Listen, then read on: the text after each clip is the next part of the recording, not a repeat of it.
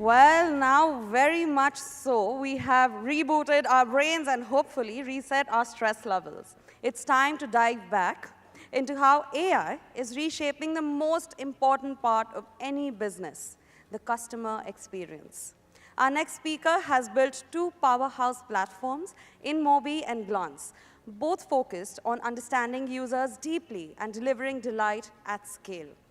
Ladies and gentlemen, please join me in welcoming and put your hands together for Mr. Naveen Tiwari, founder and CEO of InMobi and Glance.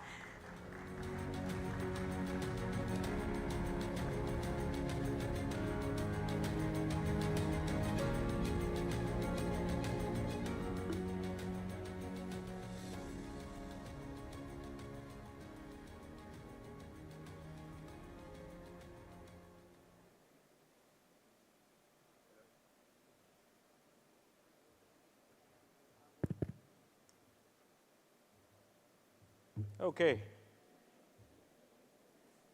Firstly, it's very hard act to follow. Sudipta, I must tell you, I cannot, I don't know why you put me up at this slot. It's completely unfair. It's such a hard act to follow. Please give Kanan a big round of applause for setting this up.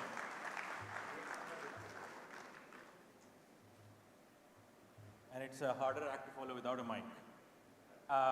Firstly, thank you for inviting me here. It's a great pleasure to be here. I'm going to talk about the story of InMobi. It's the story of its innovation and how we are leveraging AI in many things that we do.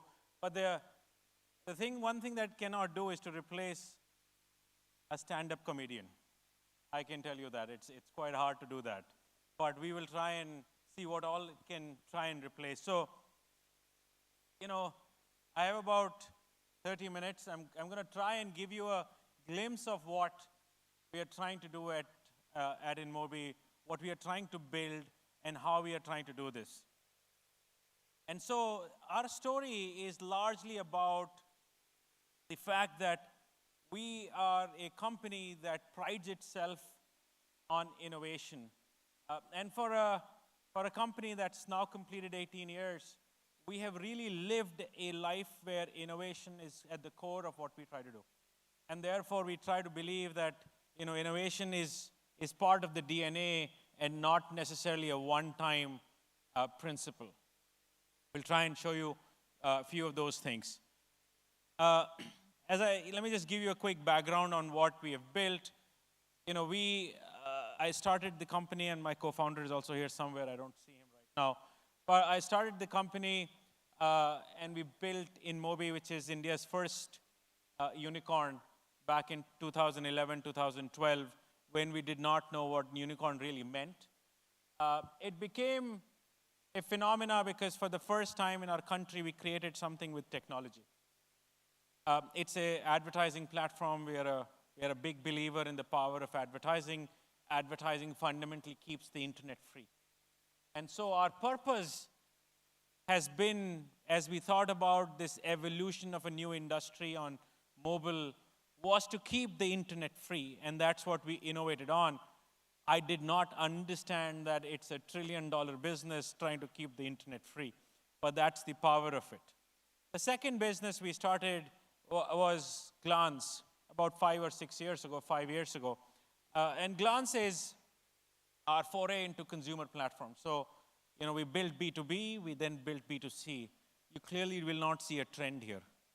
It is just what we feel like doing, we do. But in the B2C world, we are trying to disrupt the world of shopping, leveraging generative AI.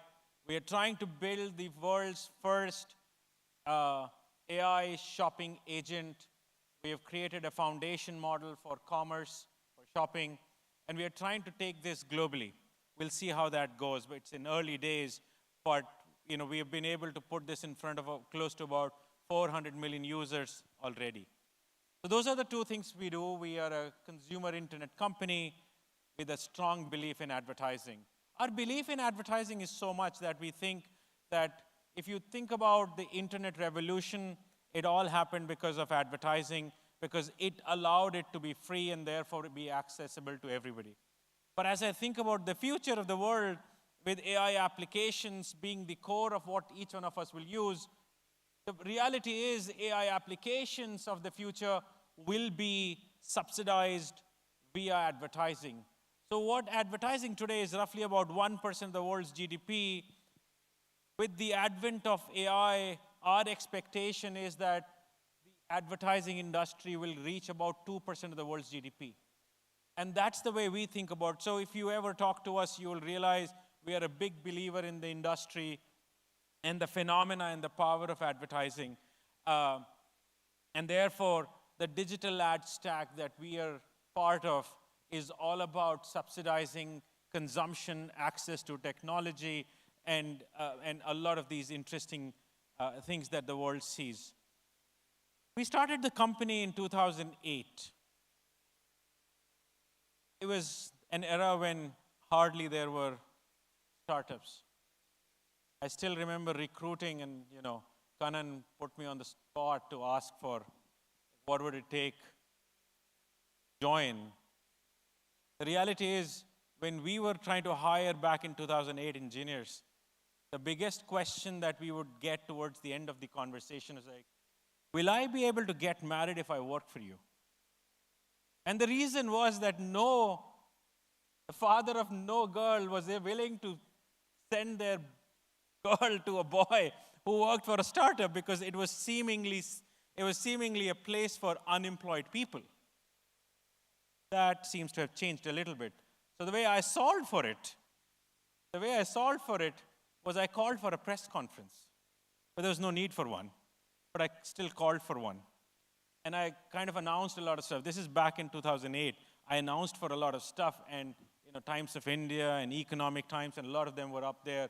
And they heard the story to say, oh, there is a startup. And they put us on front page.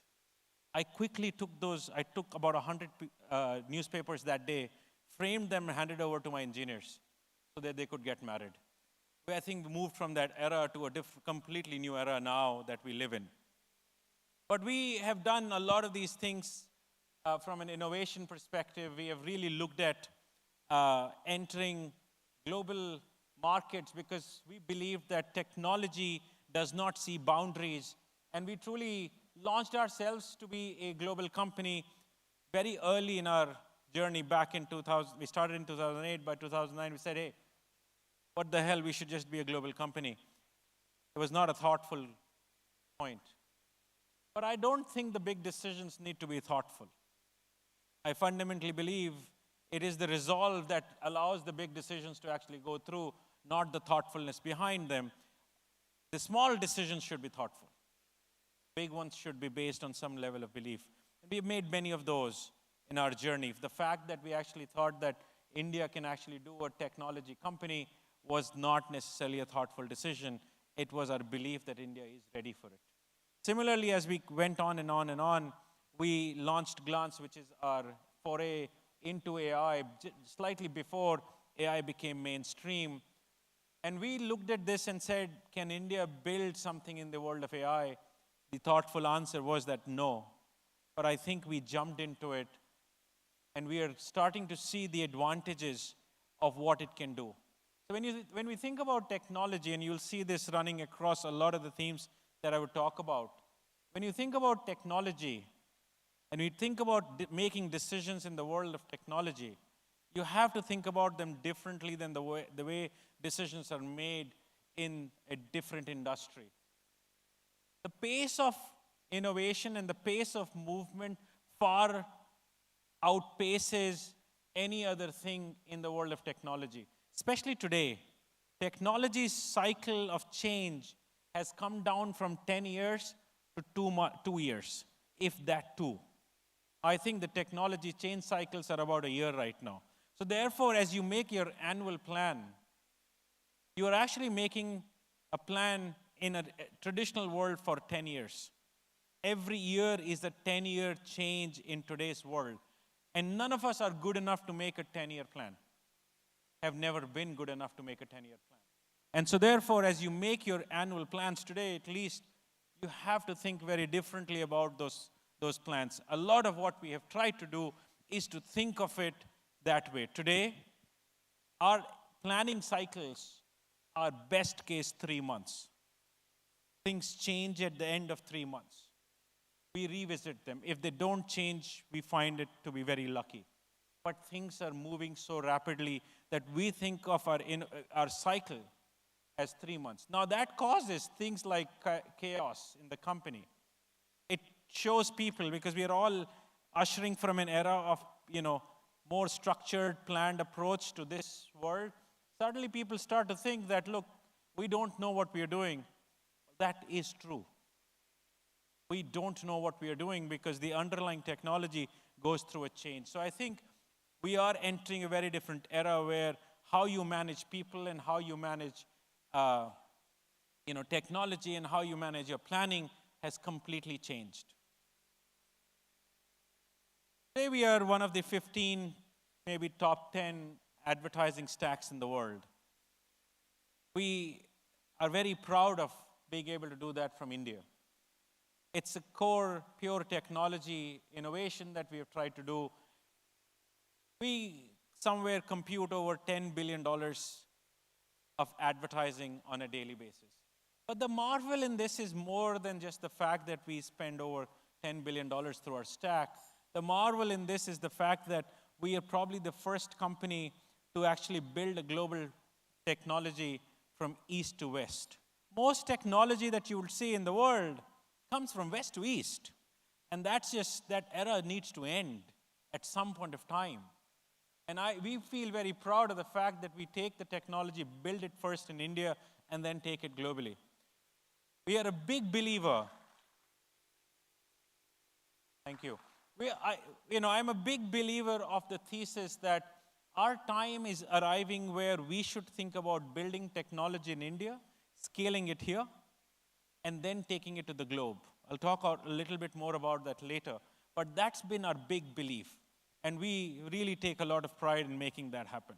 I'll give you a technology comparison to this. There are many stats that we sit with. But at the scale at which we function, these kind of scales, we do about little less than 100 billion transactions every day. That kind of scale is only matched by a few companies in the world. But we feel that today, both our technologists and the technology allows that to happen right from India. And therefore, our ability to think about global scale actually exists today. We also built Glance. And Glance has achieved phenomenal scale, and I'll talk about that in a bit. We are today one of the top 15 platforms on a monthly user basis in less than a few years.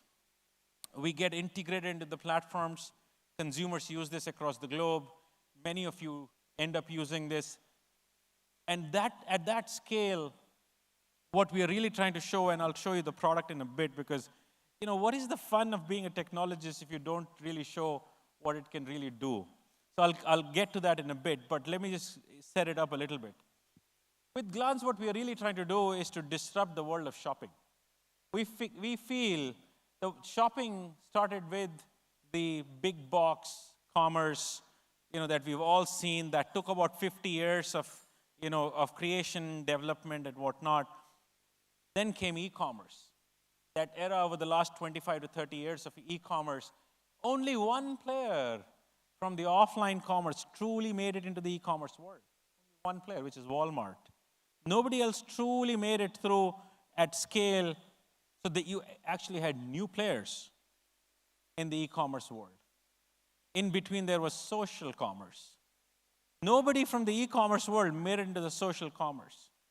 As you make these big shifts, players are not able to get to the next stage. We think the era for AI commerce, especially using generative AI, is out there. The big difference in that is this generative AI commerce. By the way, the first era of offline big box retail took 50 to 75 years. The e-commerce era, for it to get to 20% of total commerce, took about 25 years. Our belief is AI commerce, which is the oncoming, it's a new tsunami, will take about 5 years to get to 20% of total commerce. So you would see logarithmic change in time scale as the new technologies come in. So we are playing in this era where the technology change and the adoption of it is significant and massive. So you don't really have too much time to plan. You don't really have too much time to essentially realize what's the right thing to do. You just have to go for it. So therefore, with Glance AI, we are truly building the world's first shopping agent. We're entering the agentic era. And we feel very excited about this new innovation. We're going to try and show this to you. So I'm going to actually have I don't know where my colleague is. Oh, there he is. I'm going to request Casey because he's going to operate for the next 3 to 5 minutes, the demo. But I'll try and walk you through this. Casey, if you can launch the phone. So what you would see is Glance as a platform is ushering commerce into the era of intelligence. In this era of intelligence, the intelligence is about you. So as you see that app out there, what you see in that app is trained on me. My phone, the app is trained on me. It means that the intelligence underlying the agent is built on me. The way we built this is to essentially leverage the most simplistic thing to train the model. The model actually gets trained using my selfie. Single selfie. So I take the selfie. It takes about 90 seconds for the model to train. In that 90 seconds, as the product takes my selfie, it understands 1,000 parameters about me. 1,000 parameters. It understands purely by my selfie what my age is. Of course, figures out gender. Figures out, bases my skin tone, where I'm from. Figures out which part of the world I live in. It gets access to probably the clothing that I'm wearing, starts to estimate what I may be like. You would be shocked at the amount of intelligence a single selfie carries. Let me try and show it to you. So if you launch the app, what you would see is that it starts to generate a real-time AI-led catalog for me. This is now generating in real time. What it is doing, it is now generating these looks for me, bases an understanding of what would look good on me. What you're seeing here is the first trained fashion model. This is only trained on fashion today. So if you swipe on this, it starts to generate these different looks. They're all generated in real time. It is using the underlying intelligence to say, okay, Naveen seems to be, middle-aged, would have been wanted to be younger, not true anymore. Middle-aged, seems to be from India, seems to have a certain trend on what he likes to wear and what he likes to be. When I started to use this, as you keep going, swiping right, as I started to use this, what really happened was I have had only 1 or 2 styles of fashion that I felt were right for me. Because that was the only thing I got exposed to. I had no ability to attempt and go beyond my limited boundaries. The fact is, the machine is now able to show me my own future. It is generating a future for me. It is generating a future to say, these are the things that you could look for. Now, it's not just good enough to show what it looks like. That's good because it's using some intelligence. I find myself, good looking in this, actually. But what is even better is that it actually uses the world as a market.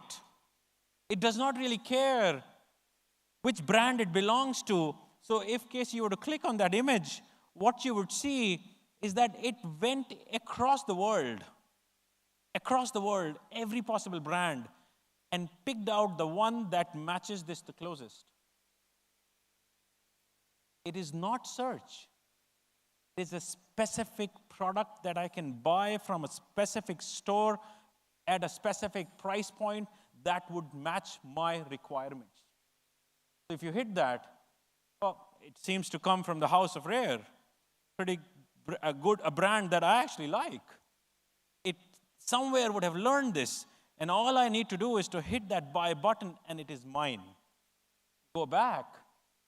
It is now learning real time what are the things that I really like, and you can keep going. If you go down on any of these things, it is also showing you some similar looks. Clearly, this is not me. If you keep going down, hit on any of those tabs, what you would see, this is clearly not me, the model.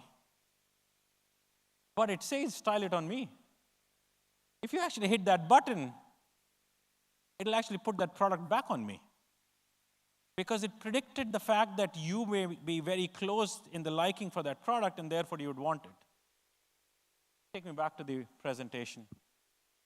So ladies and gentlemen, what we are really showing you is the power of intelligence brought into the world of shopping in an agentic manner that truly disrupts the way we believe the world would shop going forward, and we are trying to take this to the world. We just recently launched this in the US, and we are trying to figure out, we have about 5 million users using this agent today. The numbers are through the roof. Here's the beauty of this. The whole product and platform, go to the next slide, whole product and platform is actually based on 3 layers of deep technology. The bottommost, we are the first company in the world to have created the foundation model for shopping. It is this deep understanding of shopping intelligence. The single output that you saw today was the model for fashion. We have the model for accessories and for housing and for cars and for travel and for everything. The model's getting trained as we speak. We're the first company in the world that has trained a foundation model for shopping. The second, what you see, is a user-level model. The user-level model is our aim in the world is to essentially train a model for 1 billion people, which means each one of the 1 billion people will have an agent who will help you shop whatever you want to shop. Because in the future, the machine must assist you in buying better, making better choices, better pricing, better brands, and explore the world differently. And the third is our own generative AI model, which basically generates these images that you are seeing in real time. We are very proud of the fact that today we are the most advanced generative AI experience creation model in the world at price points and at speeds that are not matched by anybody else. And if you put these 3 things together, the simplicity is what you see as the product output. But all of these 3 things are actually built in Bangalore. And that's what gives us the pride that, look, we can actually disrupt the way the world will shop going forward. And so we saw search get disrupted by GPT. We believe Glance AI will disrupt shopping. And that's what we are gunning for. And we feel things like this are now possible. Things like this are now possible. But the underlying thing in this is like, what is it that we are really doing in our company that we believe that we can actually make that happen? Because building in a generative AI application actually is very easy. Anybody can do it. But actually to try and build a category-defining generative AI or AI application has its own charm, and it is going to be difficult. So let me give you 2 or 3 thoughts that I sit with. The first one, in the world of AI, the first 3 applications will be the ones that will win. You're not going to essentially win across 20, 25 platforms. The first 3 will win. Why? Because intelligence has a barrier of entry that cannot be surpassed. There is a whole concept of velocity of model training. The velocity of model training is what is the single most vector we look at our company. What is the velocity of our model training? If the velocity of our model training is the highest in the world, we will win. Singular factor. Not the fact that ours is the best user experience. Our user experience can improve. Not the fact that ours is the most advanced model today. It does not matter because it takes only a month for the model to evolve to be better than somebody else. So it is actually a 100-meter sprint run like a marathon where the velocity of model training is the most powerful vector that you can go for. And so things that we really think about at the company, we think about product development to be very different today than it was ever before. We write code. Everything is starting to get automated. People make a mistake to say, generative AI can write the full code. That's not true. It can only write about 70 to 80% of the code. Most companies fail because they think generative AI will write all of it. It'll only write about 70%. So the 70% of the part of the code is actually easy. The last 20, 30% is the hard part. So must focus on the last 20 to 30%. Of course, we are completely cloud native. The big change that we have made is that we do not have large teams anymore. When Glance was launched, end-to-end, the team was 50 people. It's gained now in size. But when Glance was launched, it was just 50 people with about 20, 25 highest quality engineers. We cannot have average people anymore in the company. They must be fired. We need exceptional people. That is the only way to compete in this new world. It is easy to say we have implemented this now. That is why we feel we are able to pull some of these things through. Second, we believe reinvention is now part of our DNA, or it's a habit for us. We're very comforted in chaos. What is a chaos? What is settled feeling? Settled feeling is, oh, what you told me is a strategy that will stay for 3 years. That's a settled feeling. We know what we are doing. What is a chaotic feeling? We don't know what we are doing because it's changing too rapidly. Getting the organization to be comfortable with not knowing what they're doing at all points of time is in itself the new settled feeling. We live in chaos. We probably have reinvented ourselves in the last 17, 18 years, every 2 years. It is part of our DNA. We think that's the only possible way to survive in the world of technology. Otherwise, somebody is coming really fast at you. The third thing, as I said, we are moving from the world of software to the world of intelligence. As you move from there, you have to be very audacious, very big in the way you approach this. The reason is very simple. When you think 10x about anything that you're doing, that is the only way to safeguard this. We thought about launching Glance first as a local platform. It made no sense because my model training velocity was getting impacted. So therefore, we had to essentially say, make this a 10x opportunity because the only platforms that will win are the ones that will actually become very, very large. And therefore, we tried to push the envelope, become something that is, it's an uncomfortable place to be at all points of time, thinking about the 10xing what we are doing. The big bets, by the way, taking Glance global, saying, look, we are going to try and disrupt the world of shopping, it is not a safe bet. Not safe. But that is the bet that you got to go for because that is bold. But in the world of AI, if you don't do this, you're not actually going to win because the bigger the platforms, the faster the training, you're going to actually lose the whole thing. This is very important. You know, in the world of innovation, the role of the CEO is very different. The role of the CEO is that they have to drive the transformation. They are not a sponsor. There is this, if you go back to the books of leadership, the books of leadership suggest that you kind of allow for somebody else to drive the transformation. You kind of sit at the back and watch it. It is not going to happen in the world of technology. You have got to jump in, and you got to believe that you are driving the innovation and the change, because the innovation and change is central to your strategy. If that's not driven, it is not going to happen. Things like tracking,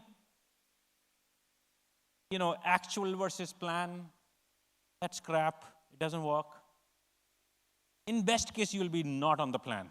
Either you'll be zero or you'll be way beyond it. Either way, it makes no sense to try and track it. A lot of these things are important if you're truly trying to transform in this era of AI. You have to drive, as a CEO, you have to drive the discomforting culture across the organization, and you actually have to put your own head stake. That's what it means. Otherwise, we just saw the $1 trillion pay package get approved a day ago for Musk. It is basically him putting his neck on the line to say, I'm going to make this happen. Of course, he's going to get paid a little bit of money for that. But that's what's probably needed. And last but not the least, I only have 20 seconds left. Last but not the least, you've got to play to win. In this world, you cannot play to just defend. I am a kid who grew up in the 90s watching cricket. When you lost a few wickets, and you certainly lost Tendulkar, our team went into the defensive. You're going to lose anyway, you're just going to lose slow. The teams did not. There is this whole thesis of living dead. Companies and organizations end up being in this era and space of living dead. We are defending. We are defensive. You're now ushering yourself into the era of AI. None of that matters. You're going to be wiped out quite rapidly if you don't take this, convert the organization into an organization that is there to win. These are the things that we try to do. Some of them are working, some of them are not working. But at the same time, I believe that as an Indian company and as Indians, we have a huge opportunity in front of us. We have an opportunity to build products at rapid pace. We work really hard, guys.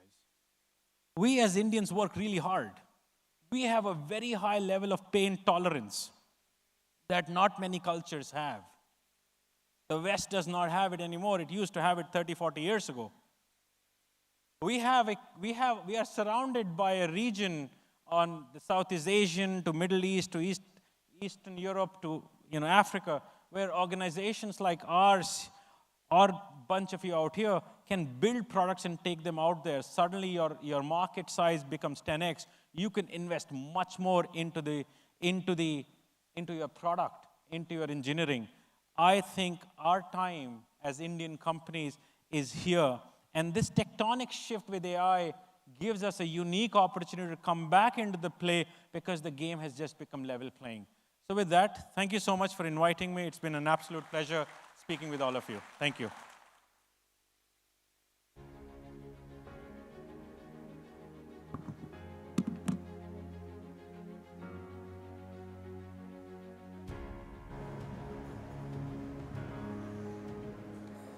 Thank you so much, sir. I would request you to kindly remain on stage. Ladies and gentlemen, I'm going to give you 5 seconds. I'm going to count to 5 in my head, and I want you to fill this room with a lot of applause for sir right here.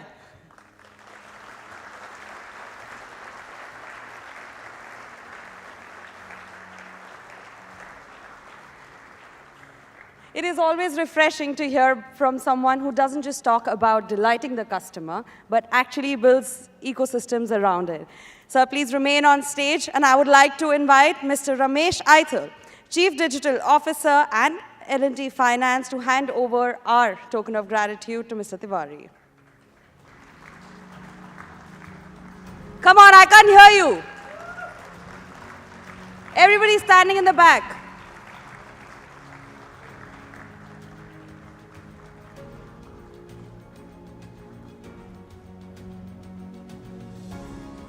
Thank you so much, gentlemen.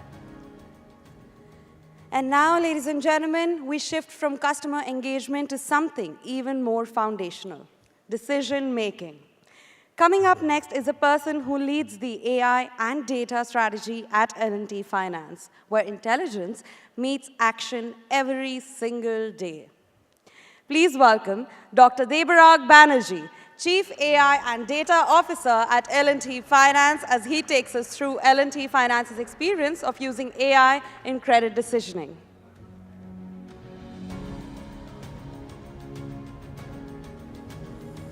Pointer, the laser pointer. I don't think I have. Okay, all right, fine. All righty. So this doesn't. Don't see any other. We have one of these. Huh?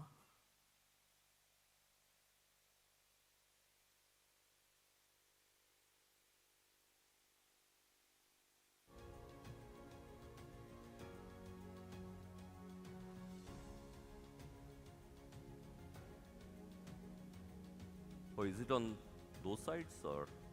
Okay.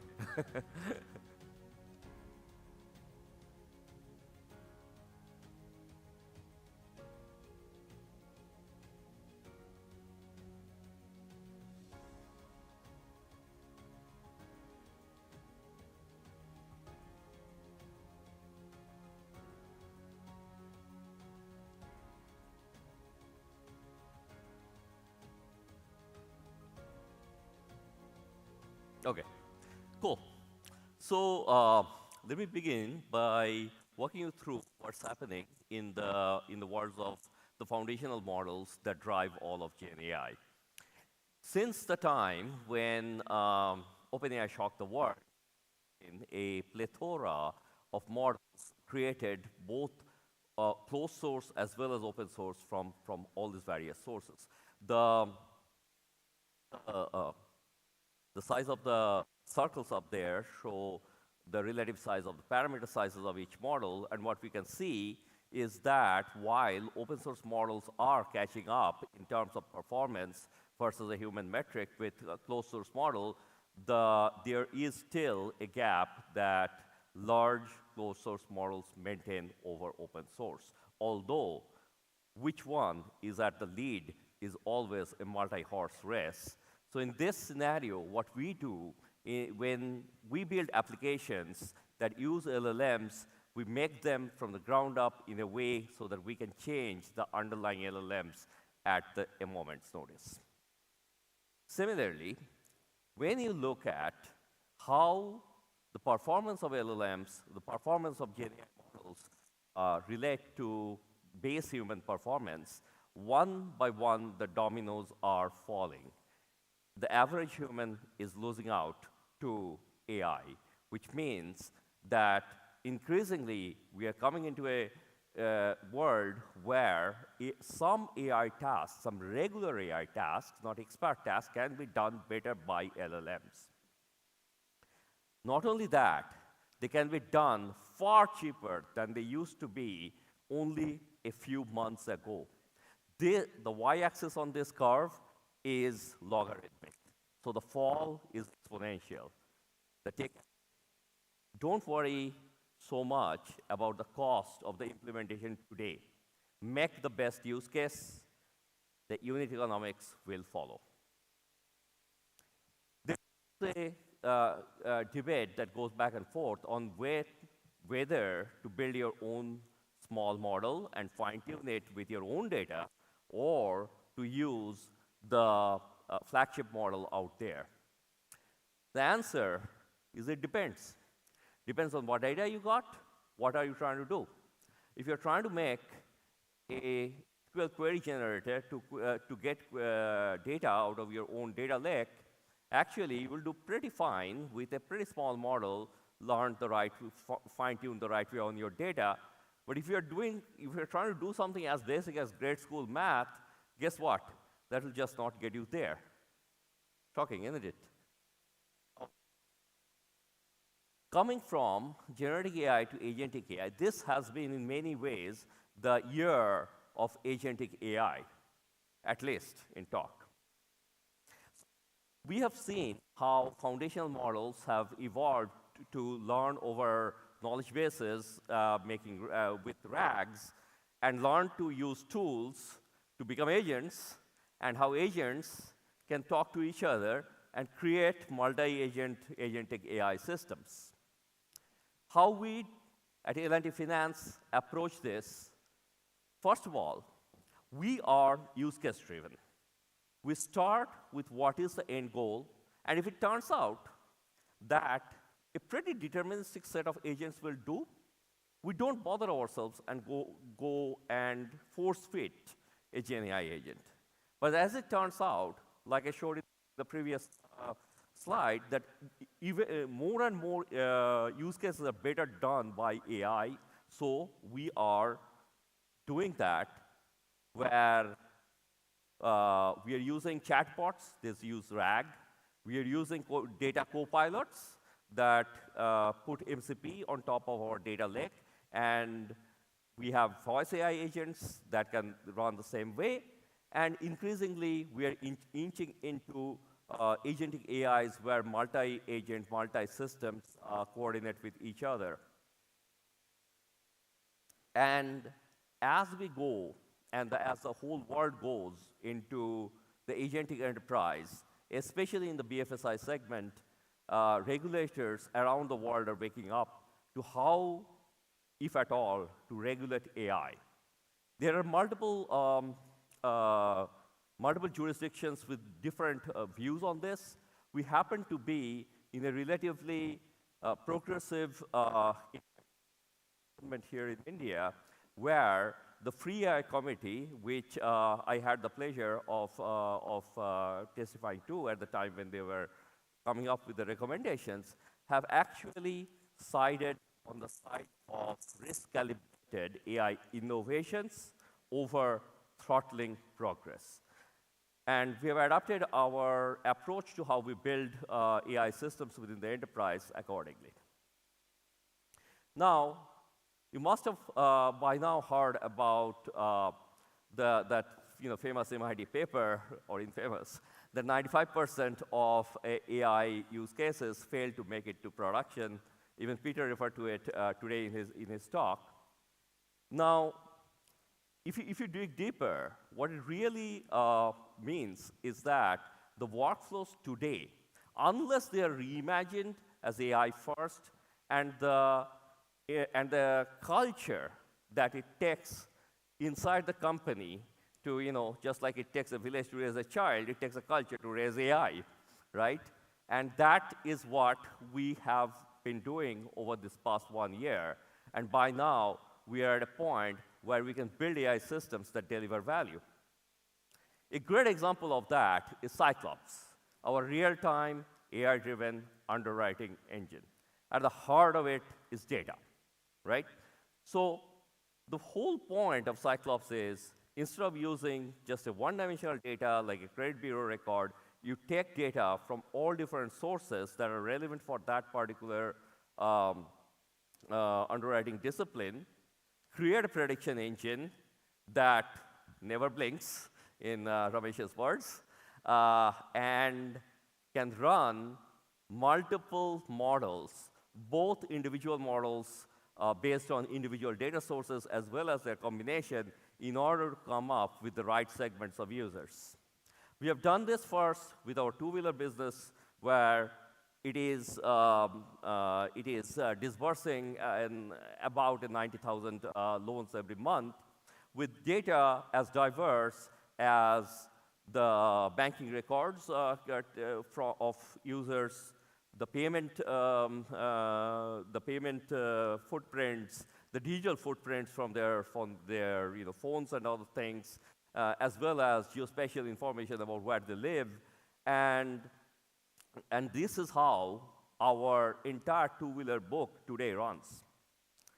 A very different world is the farm, where we use very different sets of data, where data like the geospatial data and the satellite data that gives us better idea about the crop helps us do better better models for tractor lending.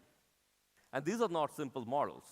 Takes, for example, 10 individual models ensembled by another 12, and then we disburse loans at the rate of 18,000 per month. On personal loans, we have built a similar model. It is going to go into production very soon, where we do things like generating geogrids out of open source information and enrich other sources of data like the bureau and payments data. And finally, in our small business lending, we take a similar approach where we combine the consumer and the commercial data, which helps us make a sharper decision and enable decisions for SME loans. Now, this is not like turning on a switch. You have done fitting a model, that's not where it stops, or it begins. It took us about 8 months to go from the concept of Cyclops to the point where we could actually disburse the first ever loan on Cyclops. But we were not, we deliberately took the decision not to take the entire system into Cyclops. We ran a gradual A/B experiment where we used Cyclops as a treatment and increasingly increased that percentage month over month until we got convinced that yes, it is indeed, number one, working without any bugs, and number two, producing the gain in credit losses that we could imagine. And then we took the learnings and we upgraded Cyclops twice. And the book that as a result is being created, the first of them will only get matured in January. So how do we know that we actually improve things with Cyclops? We do know that from early indicators like GNS, the percentage of users who bounce their first check. Now, that number, from the time when we first launched Cyclops to now, it has dropped by almost 1/3. Not only that, if we look at the vintage charts of the 30+ days past due, DPD, in the two-wheeler portfolio, it tells an interesting story. So if we look at the first data with which we started training Cyclops, which was 12 months before we even deployed Cyclops, that was the dark blue line. And that line, shows that it was somewhere in the middle, which means the portfolio was at that level. So higher the line, by the way, the worse it is, the lower the line, the better it is. And when we launched Cyclops and ran this A/B experiment I told you about, it degraded up to the gray line, which means that the overall two-wheeler market actually was degrading month over month, year over year. But as we launched Cyclops and improved it over those two generations, the version 2 of Cyclops, which is a light blue, light green line, we see that our loss rates, apples to apples, are only 1/3 of what they were. You take this forward, even if you assume the same flow rates, which, by the way, will improve because of things that we'll tell you about soon, it will be otherwise on the path to getting our credit losses down to only 1/3 of what it was. We will not stop here. Like I mentioned, Cyclops is a framework where we keep adding data and we can keep coming up with models. One of the great problems in the two-wheeler segment is the problem of shikandis, of mules. So these are when somebody with a bad credit wants to get a bike, he knows he has a bad credit, so what he does is he gets somebody, a friend or family, with a much better credit and say, hey, you just get the bike for me, don't worry, I will pay the EMI. Well, guess what happens after they get the loan, they default anyway. This is a very hard thing to catch. And we have cracked this puzzle where by taking a set of information, both in the form of graphs as well as other ways, we have found out a model, we have created a model that can cut out almost 1/3 of these potentially defaulting loans. And that will enable us to open up markets that were too dangerous to get into otherwise. And Cyclops is not a one-shot thing. Like I mentioned, for farm, we went to very different data sources. From satellite data, we could come up with agro models. From nightlight and infrastructure information, we could come up with geospatial models that will help us understand how far is a mandi and what are the mandi prices from a farmer. And this being a much more human-intensive lending, there's always field investigation that happens, and we have figured out a way to do structured data extraction from those field investigation reports, and we bring this all together to make the Farm Cyclops underwriting engine that, that produces a portfolio that, while it is still under A/B testing, we can already see that the net non-starter rates, which are the users who default on their first EMI itself, has dropped by a factor of 8x.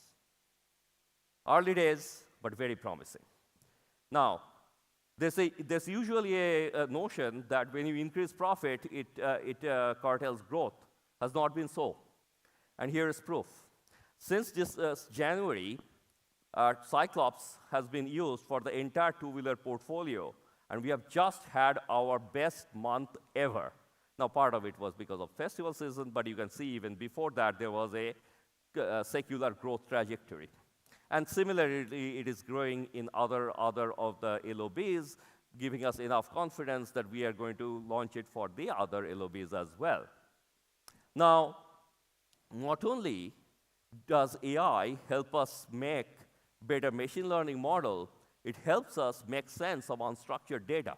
One of the big problems in dense Indian cities is how do you differentiate between a user living in one of these beautiful houses in Mumbai versus the slum next door?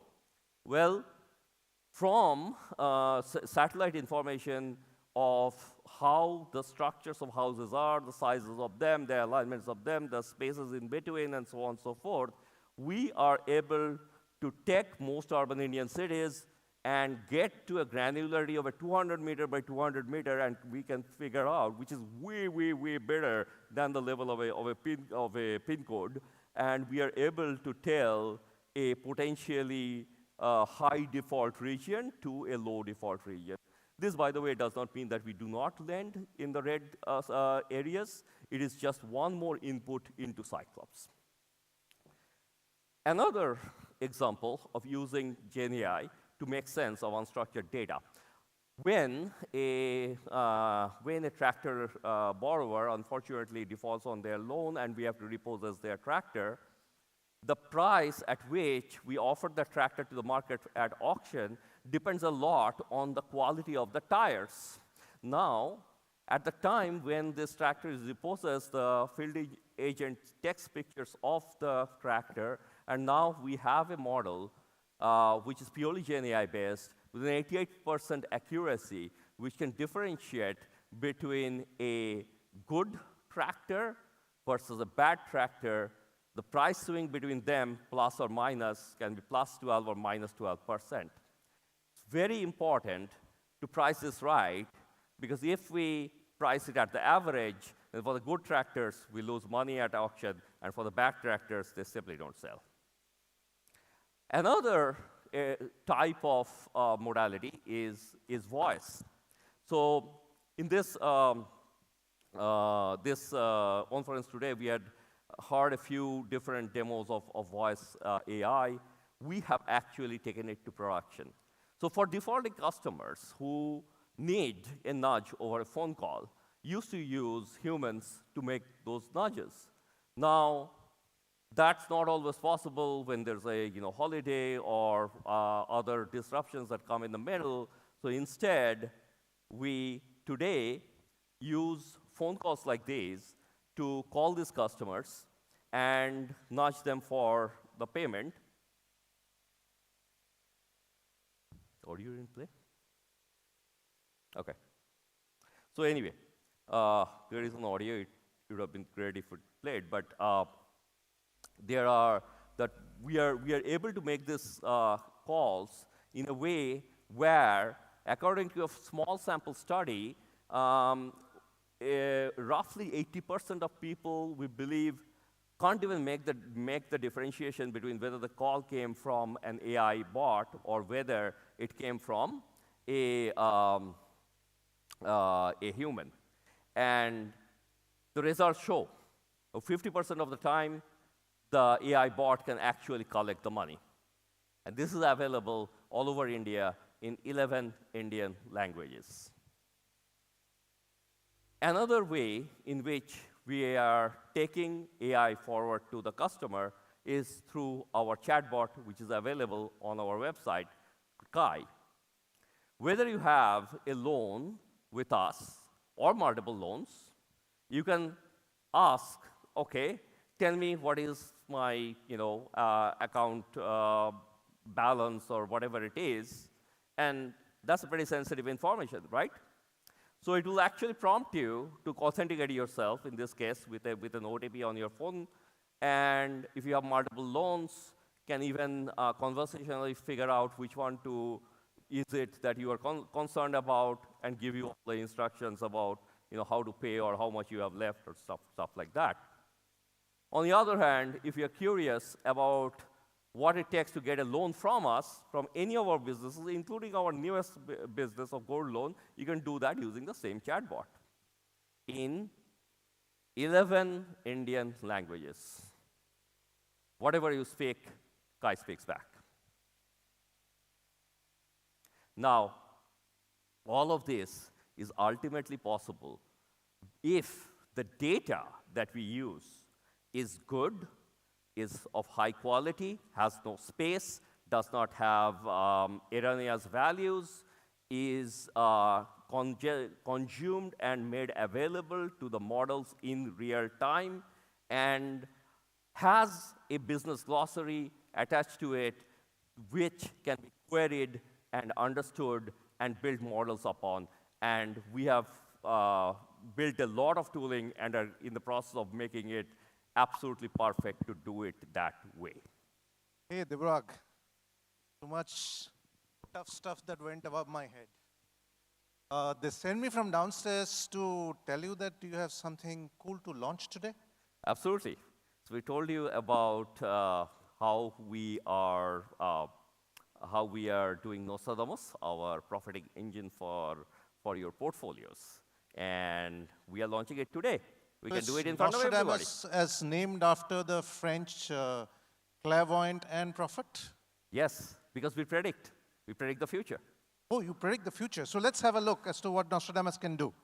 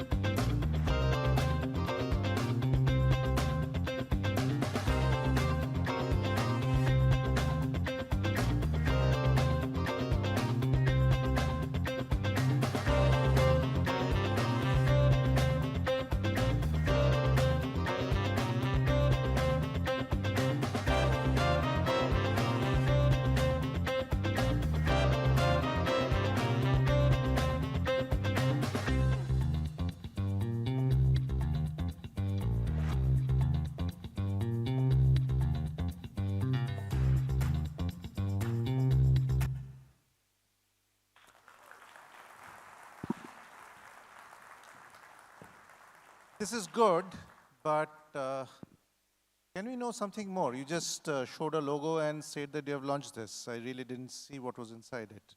Well, So it can we shows see the something more? journey of what happens with the different customers and how we extract the data. Now we can show you how does the data convert into insight, how managers or collection agents can look at it.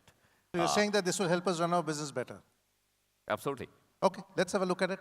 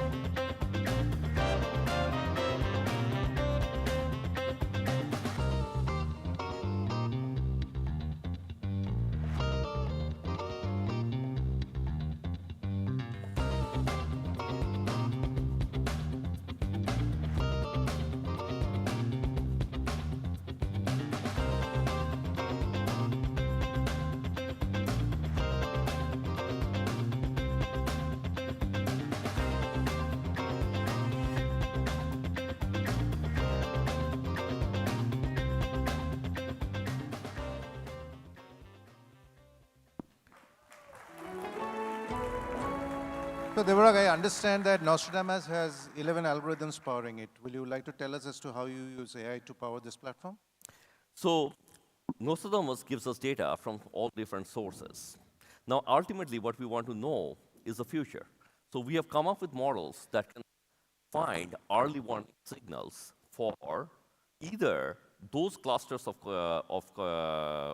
borrowers who are likely to go bad, will likely to go and miss their payments and so on and so forth, even before they have even gone into anything beyond 0 DPD. Not only that, from how customers are doing in other microsegments, that we can discover areas, both geographical areas as well as age, in terms of product, in terms of their LTV values, and so on and so forth, where we should lend more. And those are the areas where Nostradamus can be used to tweak the Cyclops engine that we talked about and make the whole flow more automated. And this is completely automated, without human intervention.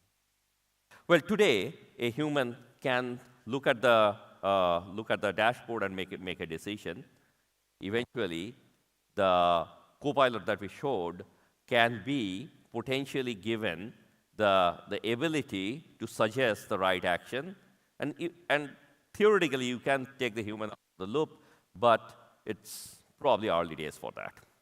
Ramesh, Devarag's team has built the brain of Nostradamus, but your team has powered the engineering behind it. Would you like to talk about the engineering behind Nostradamus? Yes, of course.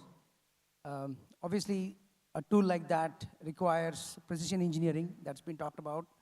We have built and augmented it with world-class observability platforms underneath the covers, with every API, external interface, database, emitting telemetry that's being fed into predictive monitoring tools, and that can determine simple actions like automatic scaling, for example, all being done through agentic AI bots. That's how we augmented it. Thank you. Thank you, Ramesh. Thanks, Devarag. That's Thank an you. amazing piece of tool, and we hope to put it to good use.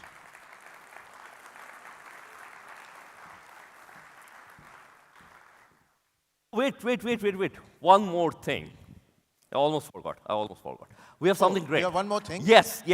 You gotta see this. Okay. So, in fact, we have a video. Can we play?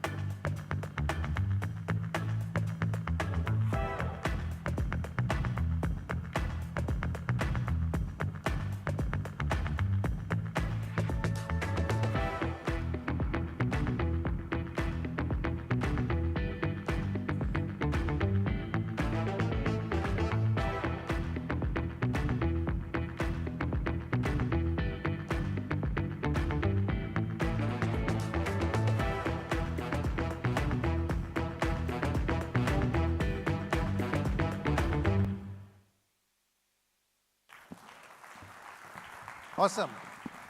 In fact, I think Helios is already in production and has dropped the SME underwriting time frame from 6 hours to 30 minutes. Thank you for joining us and joining us with these launches today.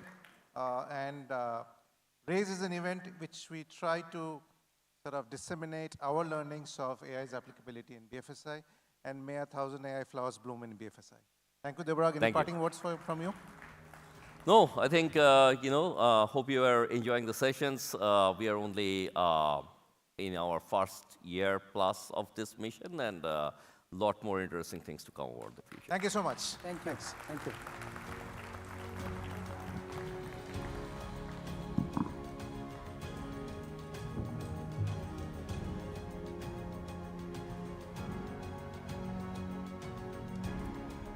Thank you to Mr. Roy, Dr. Banerjee, and Mr. Aital for that exciting reveal.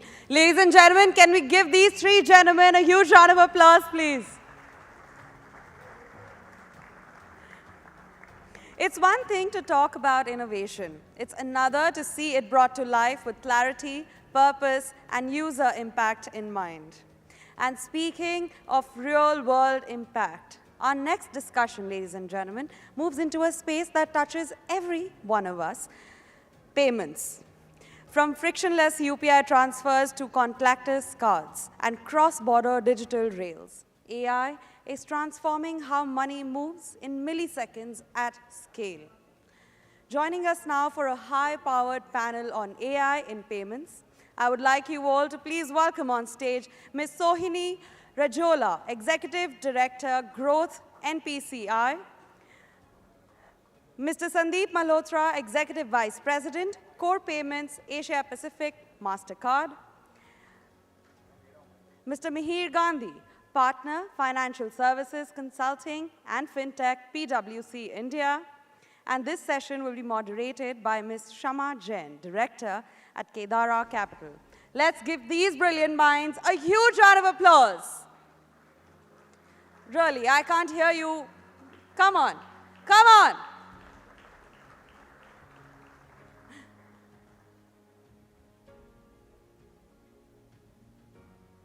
Good afternoon, everyone. Am I audible? Great. So, thank you so much for being here. I think we all have watched how India has become a global payment powerhouse, right? And now we are seeing how AI is transforming all our sectors. And we believe payments will not be left behind, right?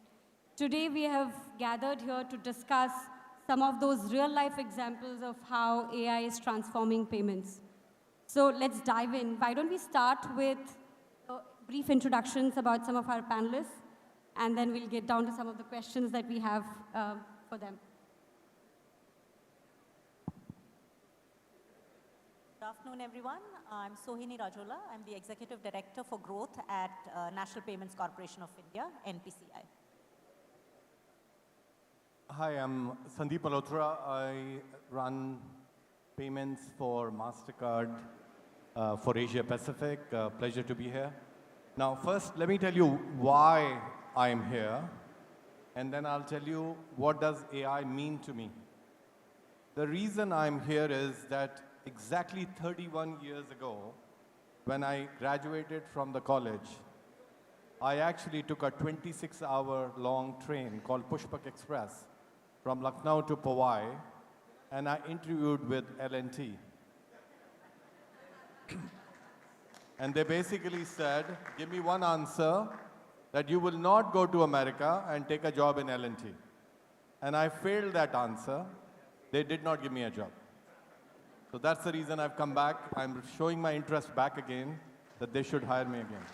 That's why I'm here. Panel to bahana hai. And then what does AI mean to me? So why AI? So I want AI to do my dishes and vacuum my floor so that I can focus on art and sciences. But what I've seen today is I'm still doing my dishes and mopping my floor, and AI is doing art and sciences. Sandeep, you should have stayed here and not gone to America then. Hi, good afternoon, everyone. My name is Mihir Gandhi. I am work with PwC in the consulting space, and I focus on payments and fintech. Awesome. Thank you so much, everyone. I think we'll first cover the key topic of where AI is getting used in payments. Um, and maybe this is for you, Sandeep. How is AI really transforming customer experience in payments across different payment methods? Would be great if you could share some real-life examples that you've come across for it to make real for our audience here. Yeah. So first of all, I think this agentic commerce, which could be a buzzword, it could become just like voice commerce. I remember, if you remember when voice commerce came in, that was going to change the world, where Alexa was going to order and make payments, and in reality, 4 transactions happened. But we believe that this agentic commerce is very transformational in nature. I think there was a big transformation from brick and mortar to e-commerce, and e-commerce into agentic commerce. And what does that mean? The whole idea was to convert from cash to digital, and now these transactions are going to go from digital to intelligent. Now, a very grim story could be that, you know what, you could just tell your ChatGPT or Gemini or whatever tools you use to just say, you know what, find me a stolen card from the gray market and order me 10 pairs of shorts from lululemon.com and ship it to me. No, that's the first thing which could happen. So what we want to do is we want to avoid that. We want to make sure that the transactions are safe, secure, and done in a fashion such that in that interface where you are in ChatGPT, you find that Lululemon shorts or trousers or an item from Decathlon, and in that same interface, there is a buy button that when you click on that buy button, that transaction happens in a very secure fashion where you are authenticated. The merchant gets to know that you are using a very secure token, that you have been verified that you are who you are, and then they will get their money back. And then when you bought that black colored shorts, black arrive and not the white arrive. And that's a big change which is going to happen. We think it's going to run in hundreds of billions of dollars, if not trillions of dollars. And we want to make sure that's all done in a safe, secure fashion. And when things go wrong, the consumer is protected. And while it seems very, very simple, and we want to make it very simple for the consumer, the behind the scenes mechanics is very, very complex. And a simple example of that is that when you are on makemytrip.com and order pretty much or book your entire trip, which is booking a flight, booking a hotel, booking a car rental, Make My Trip has no inventory. It is all served by an airline or a hotel company or a car rental company. We want to mimic that same kind of an experience where you just bought that trip for 5,000 rupees, but it is done a safe and secure fashion, and the merchant gets the money, consumer gets the benefit. All that underlying complexity, we want to abstract that. And we'll talk about that in a bit. That means. Awesome. No, thank you, Sandeep. Mihir, given you are working with a consulting practice, I'm sure you are helping a lot of your clients do this. Any examples that come to your mind? I think customers, when we look at AI and how customers impact, I think 3 things we need to think about. One is convenience. Sandeep has articulated some parts of the convenience in form of how agentic AI can actually help customers pay. We are also looking at hyper-personalization, where AI can potentially personalize the entire experience for the customer and enable him or her to use the most preferred payment form factor that is going to be beneficial to him, which will add the best rewards for him. So nowadays you have a lot of Instagram folks who are advising you on which credit card you should use or which payment instrument you should use to maximize your rewards. But I think if taking a leap into the future, potentially that can also be done with the use of AI, right? So I think that is one aspect. Second is the way you kind of pay from a customer perspective, what suggestions you get. I think that is also going to come in through AI. So recently there was a launch of Comet web browser which was by Perplexity. And what that does is that overlays the web browser onto a agentic kind of a website like on Amazon, and I can do the same agentic commerce transaction, and I can say, please find a pair of shoes of Nike for me for say less than $50 or $100, and it will find it, it will use my preferred form and pay it. So I think those are the kind of things that we are seeing. So convenience, security, and personalization is something which I believe AI can enable from a customer perspective. Got it. Sohini, anything to add there further? The great context. I think the important thing for India is to say most of India pays with UPI, right? So agentic commerce, how is it going to come to UPI? And for many of you who would have been part of the GFF, again, in this same venue a couple of weeks back, we announced a pilot. So take the same example of all of the stuff, the technology, what it can do in the back end, but replace it with what is the real life example? What exactly is this agentic commerce, hyper-personalization? These are all big words. But what do they mean to the majority of the people? Take a person who has just moved, a new graduate, moves to the big city, starts working, wants to make moong dal ka halwa, can again go to the same Perplexity, ChatGPT, Gemini, and say, help me make moong dal ka halwa, and not just gives the recipe, but then says, do you want me to place the order for these ingredients? Because typically this person wouldn't have all of those things handy. And they can go to right now it's a pilot, so it's with a specific merchant. But that's what we see scaling when it will be available across all kinds of merchants. It can go and using something called Reserve Pay, which we had launched with the merchant. And again, it gives the same confidence because the merchant also knows that they're going to get the payment from this device, and it all happens through your UPI payment. So it's a real pilot which is there. So when we talk about AI in payments, there's a lot that is already happening, and it's a matter of time before we'll get that inflection point. Got it. No, thank you. All of you talked about improving customer experience, right? I think with improvement of customer experience, there is also a risk of fraud which comes in. How are you seeing, again, AI being used combat fraud and risk management in payments? And maybe, Sohini, if you can start with your experience in NPCI.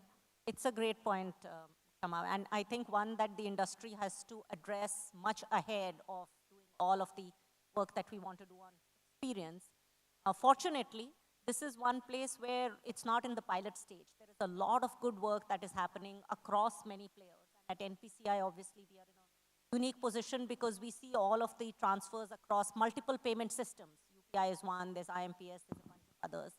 And we have actually been running AI-based mule hunter models, like people know what mule accounts are, and that's a big menace right now. So in fact, on a daily basis, based on graph-based analysis, which uses a very, very advanced AI tools, we actually send out more than, I think, thousands, I'll get the exact number, but thousands of alerts that we send to more than 400 banks every day saying, hey, we are seeing some activity here which does not seem like normal banking activity. And at this point of time, we are seeing accuracy rates of about 65% plus, which means that about 6.5 out of the 10 alerts that we send are actually ones that the bank should have stopped. So, and we've taken that one level further to create a federated AI risk model. So we are going and taking that intelligence, making it sit in the bank's environment, and say, here is the transaction level across the ecosystem, which one bank can't see it, but because we are a network, we can see all of that activity. And we get them to marry it with their own specific risk-based demographic models and fine-tune further any other models that they might need. So it's a huge, huge focus, and I think there's lots to be done there, but the good news is there's a lot, it's far more than just in the pilot stage. Like the customer experience is more in the pilot stage, or the actual agentic buying. Using AI for risk modeling is higher up the curve, lots to be done there, but yes, very important element. Anything that you would like to add, Meher? Thanks, Shama. So I would just like to add on to what Sohini said from a fraud perspective. While a lot has already been done and is being done, I feel the future of AI in terms of tackling frauds can be if it can predict frauds before they actually occur. So I think that's one area where I would want to see some more progress, because honestly, we do it real time or near real time. It's not before it actually occurs. So I think maybe identifying those kind of transaction sets or customers or segments where there could be a possibility of a fraud and an alert is raised even before the transaction happens. I think that is something which would really be of interest and beneficial for all of us. The second point would be in terms of the kind of payment instruments that I'm using, right? So if the AI is able to detect that this kind of payment instrument may be compromised or it could be vulnerable, then potentially it can send an alert to the customer, and the customer may choose not to use. And this is already happening in a way where Google or Apple do tell us that your password can be compromised or is compromised, may be compromised across 8 or 10 websites. We also give some kind of a risk score. So what you're talking about is possible with the banks, because we can give a risk score to say this seems like a high risk, so you can flag it next But time. I'm saying for the customer, right? To make the customer more aware and alert. I think that's where the real, success will be, or I will really be happy if that happens. And Sandeep, anything that the networks are doing to really combat, again, fraud is a very big topic for everyone in payments. Yeah, so if I take a step back, I actually created a bit of a framework as to how we see this agentic payment. So if you bring up the slide, just one slide.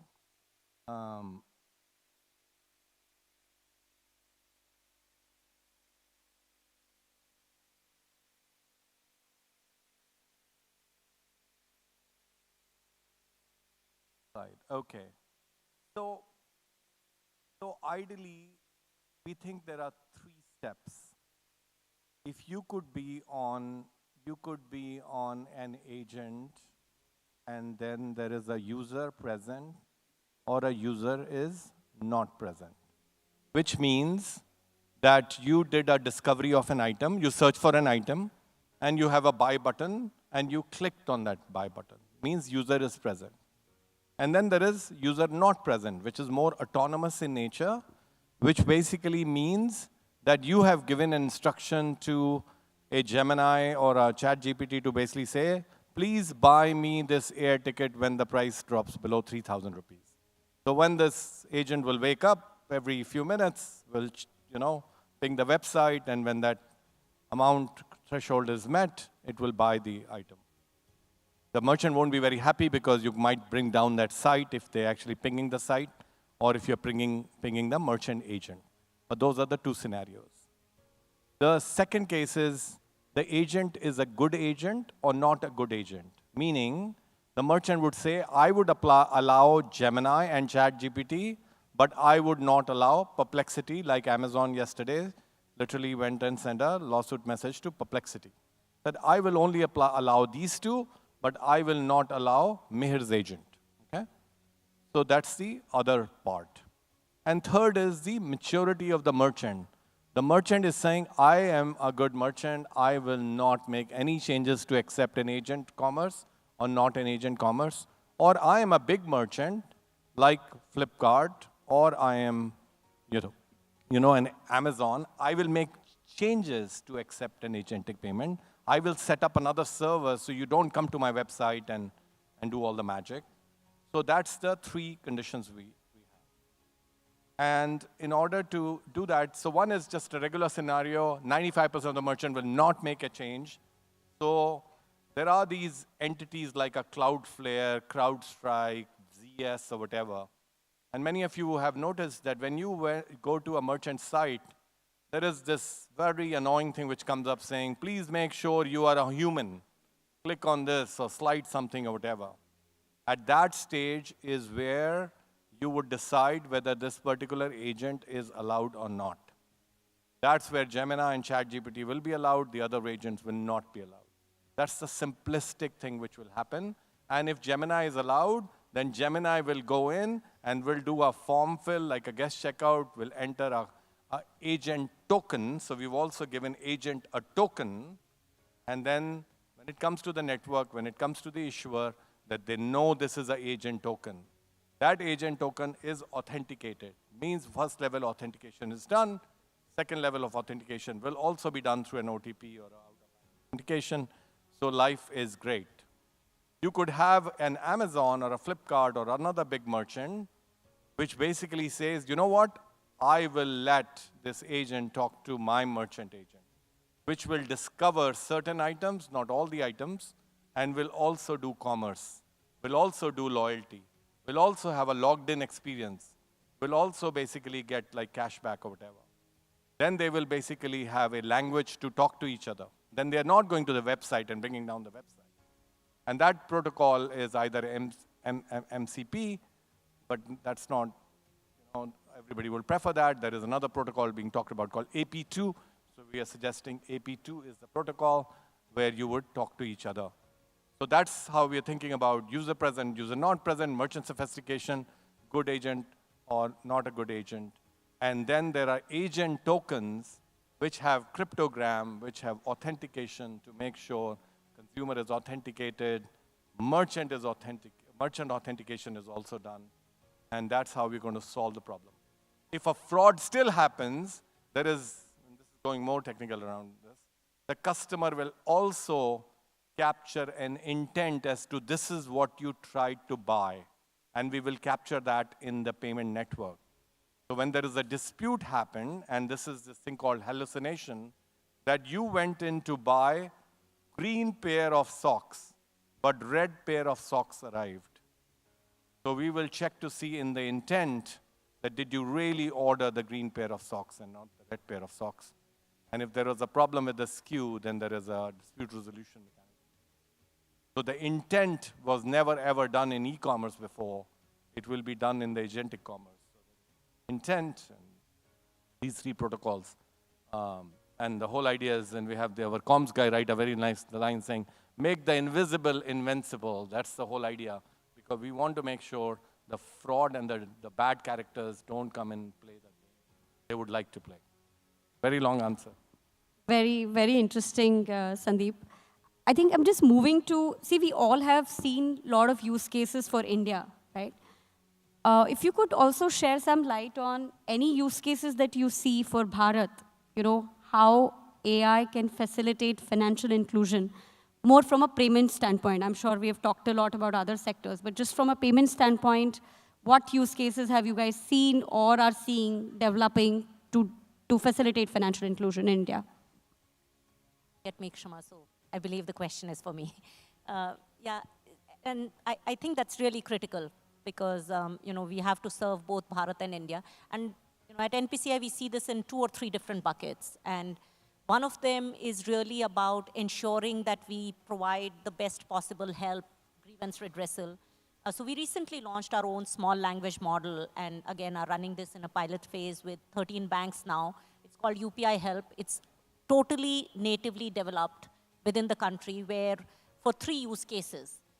It's an AI-based model where across these banks, and right now it's in English, whether it's for mandate cancellation. Again, a huge point with customers, right? Customers end up giving mandates, but then at some point of time, they have to have the choice to be able to go and cancel the mandate.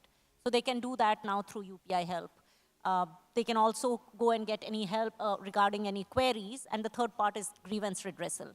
Now, all of this today, because we just rolled it out, is happening only in English. But the key financial inclusion comes with the language inclusion, right? Not everybody in our country is conversant with English, particularly when they are trying to deal with complex things like payments. So we are now making that multilingual. So if somebody has a problem with saying, oh, mera payment fail ho gaya, and not just in Hindi, maybe in Telugu, we are adding languages to that. So that is one element where, again, people will be more and more comfortable with digital transactions when they know that they can actually, in their own language, get the grievance redressal. And this is not just, putting some, yes, natural language processing is important, but that's not just a front-end layer. It's end-to-end AI enabled, right from because the customer did a UPI transaction, he got it's happening at a front end, but there's some bank at the bank. Which bank did he use? Which was the merchant bank? All of that gets solved. So that's one element of financial inclusion where we are trying to use AI. The second part is around what we already have, which is the 123 Pay, which is for feature phones. And how do we get, now AI and feature phones, two ends of the spectrum, right? But we are trying to work around conversational payments. Again, this happens to be where you do not have to do complex steps in the entire payment process. And how do you make it very, very easy for someone with the, it's not just the language, it is the dialects, it's the accents. It's the classical thing. If you see, for example, Maps has now introduced voice, right? And I was going to RBI, and actually you tell the person that, Starbucks dal dijiye. The guy is trying to, on the phone, Google Maps, trying to say, Starbucks, and Google Maps is not able to understand, and finally you have to really enter it in. So how do you get conversational payments which can understand the context of where, and I think that's where AI has a huge, huge role to play. There's a lot of work that is happening around voice and language, but I guess the accuracy level, we are ourselves, we've been working on it for a couple of years, and we've achieved up to about 85% accuracy level, but to deploy it and fully deploy it in payments, we need like 99.99999%. So lots of use cases for us, for Bharat, and that will be the true potential of AI, actually. Great. No, Meher, if you want to add something to that, are there fintechs coming to you, or even traditional NBFCs or banks, to say, I want to create a conversational payment because a lot of my products go into some of these tier 2, tier 3, and rural markets? Have you seen some of those happening with you?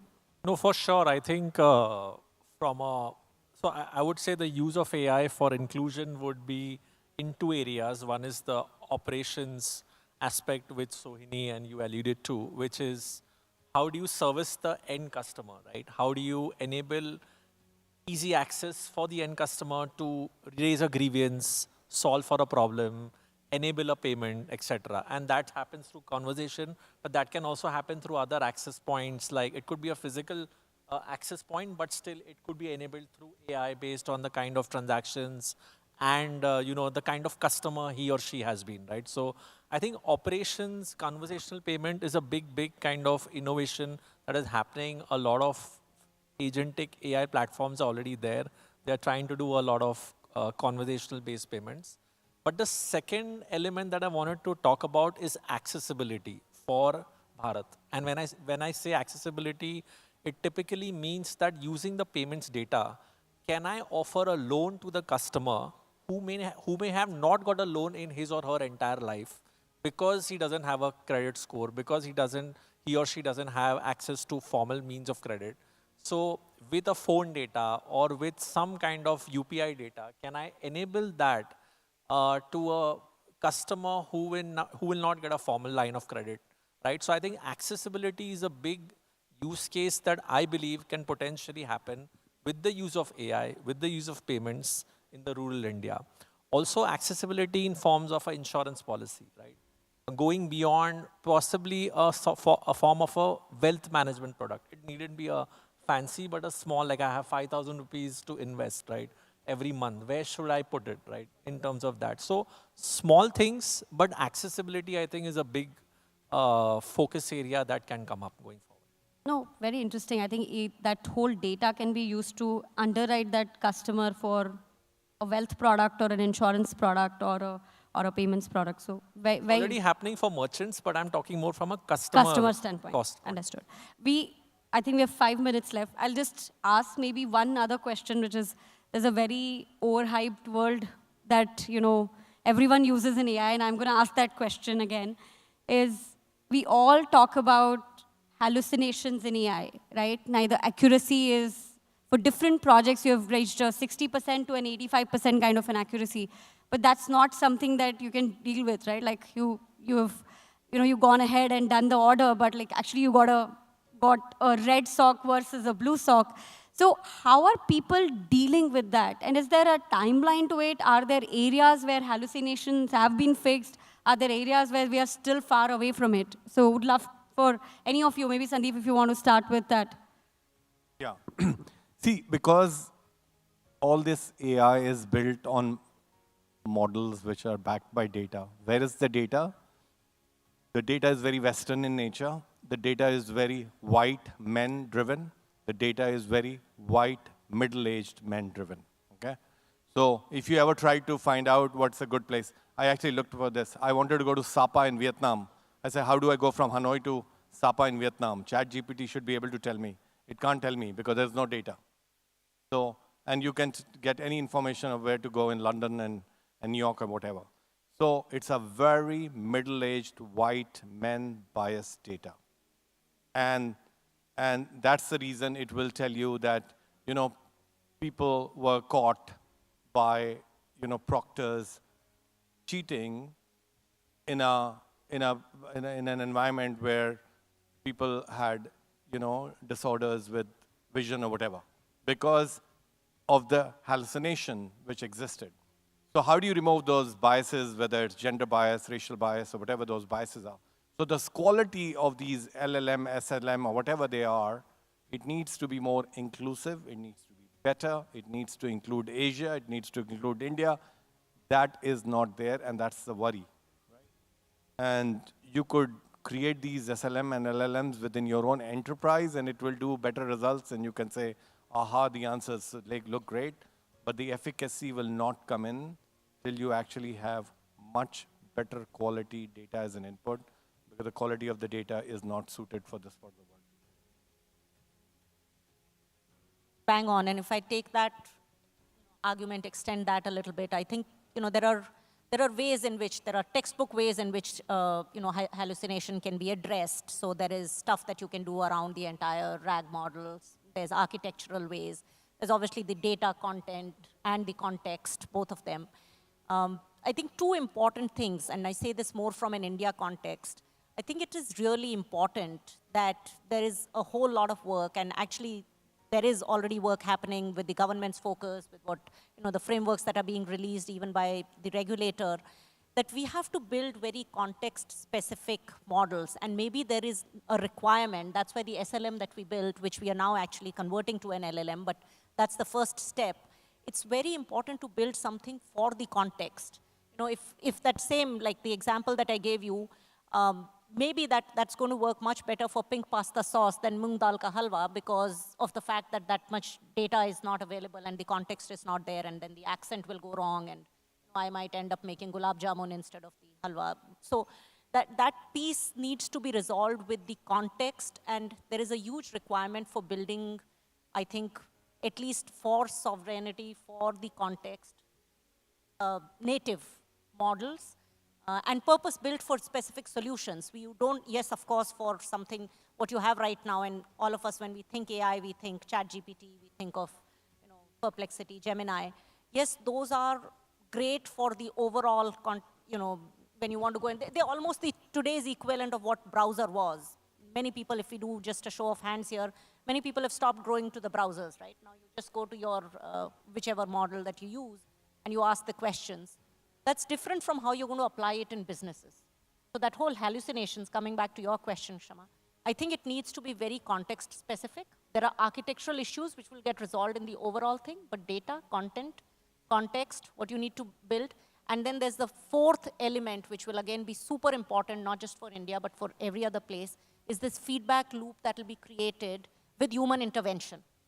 Because you can keep waiting for the model to keep getting intelligent, or you can actually build the right level of human intervention through either supervision or correcting it, which will, so it's a cycle. It's going to take some time. Awesome. No, thank you so much for that.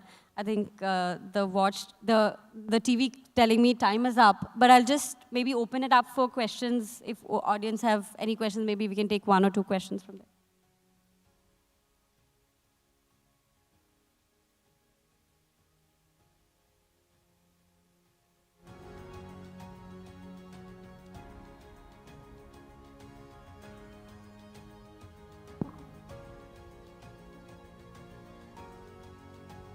Thanks. Regarding the context-driven applications, I think it is a very important question, and the application has to have a context-related output. The output has to be, context-related. And you said it was somewhere about 80%, right? Context-driven application. Can you hold the mic close? You have spoken about the context-related applications, which I believe is the most important thing in a AI-based application. Because he got a red socks instead of a blue. So from that perspective, you said it is still not 100% an applicable case. So 80% is what you are looking at. So can you not fine-tune it? Oh, yes, yes, of course, of course. I think what, and Sandeep, please correct me if I'm overstating here. The point that he was raising was that those are the kind of issues that can happen, which is why you need to build the checks. And those checks need to be built at 3 levels. One is, what did the user, the intent that we are talking about, was the user really clear? Because what if the user says that, hey, I've now got red socks, but I think I ordered green ones. So it's important to capture the intent. Because there's the customer with the intent, there's the agent ensuring that the customer is giving the request clearly, which is why you have so many classes nowadays about teaching you how to generate the right prompts, right? Because the agent is going to listen to what you're going to tell the agent.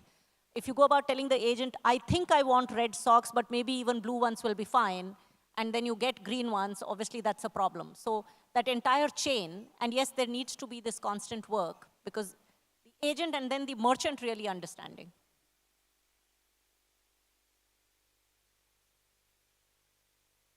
Yeah. So if I can step in, so it's just not for dispute resolution also, there is delegation of the authority, right? So let me take a simple example. If you work for a company, which I think you do, and if you're going for business, you don't go to an airline site and book your corporate travel. You basically ask your travel agency, who then will go and book a ticket on the airlines. Now, the travel agency, the airline will trust the travel agency. The travel agency trusts you. So there is this contract between you and the travel agency and the airline. That is not captured anywhere. Now we are capturing that intent. So it will be done. The delegation of the transaction. So it is possible to have 100%. Yes, it is possible. We'll get there. Yeah. Because accuracy is must. Going for even scientific or machine applications, intelligent machines, that is what I'm looking at from various perspectives, not necessarily only e-commerce. Let's talk offline. I'm having a hard time hearing you. Okay. Now, I was talking from various kinds of applications for context-driven applications. Not necessarily the e-commerce based, but also for machine or intelligent machine-based systems. That's right. So same level of delegation, same level of capture of a because it has to be 100%. In various other applications, you cannot have a variable of about even 1%. That's right. So I'll explain you the whole framework. Maybe we meet offline. So the intent. Thanks. The intent could be there, and then when the transaction is complete, it becomes a mandate. Because not every intent needs to complete into a transaction. And you're absolutely right that actually it may not be related to just commerce. It could be related to other activities, just like a smart contract does on a blockchain. There are many applications. Yeah. Thank you so much. Bye. Thank you. Thank you, everyone.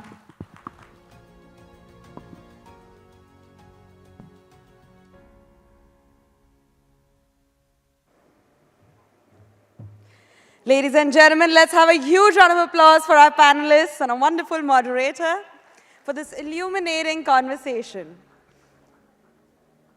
From infrastructure to intelligence, it is clear that payments are no longer just transactional. They're strategic, data-rich, and increasingly AI-augmented. I would like to invite on stage Mr. Manish Kumar Gupta, Urban Unsecured Assets, Payments and Digital Partnerships at L&T. And I request our panelists and our moderator to kindly remain on stage. Mr. Gandhi, Mr. Malhotra, I would request all 4 of you to kindly remain on stage.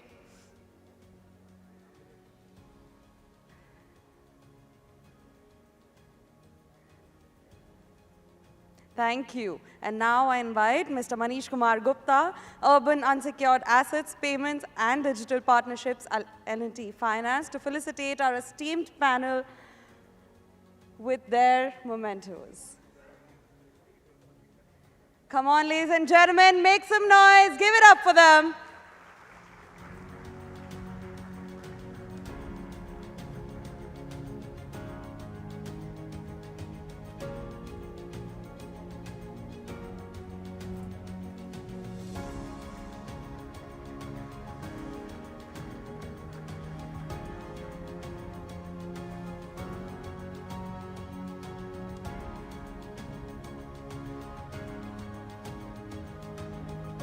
Thank you so much.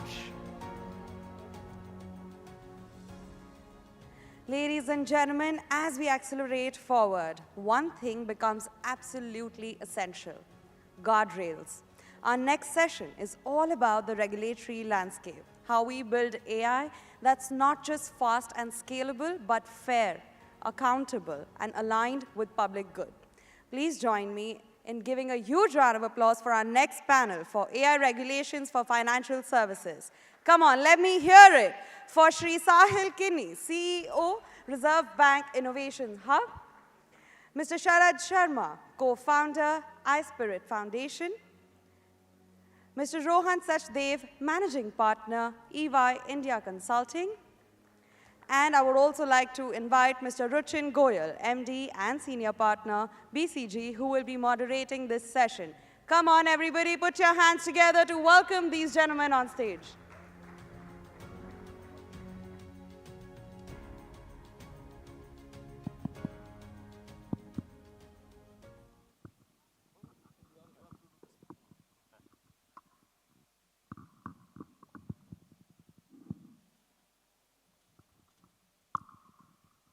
Hi, good afternoon, everyone. I think we've had a fantastic, conference this morning, and we've had many speakers talk about all the wonderful use cases that AI can enable and power. And in a very short couple of years' time, I think, from the first time when ChatGPT came about, AI is no longer just a fringe technology. It's becoming mainstream. We are seeing financial services companies around the world adopting AI at scale, from underwriting, robo-advisory, fraud detection, the use cases are many.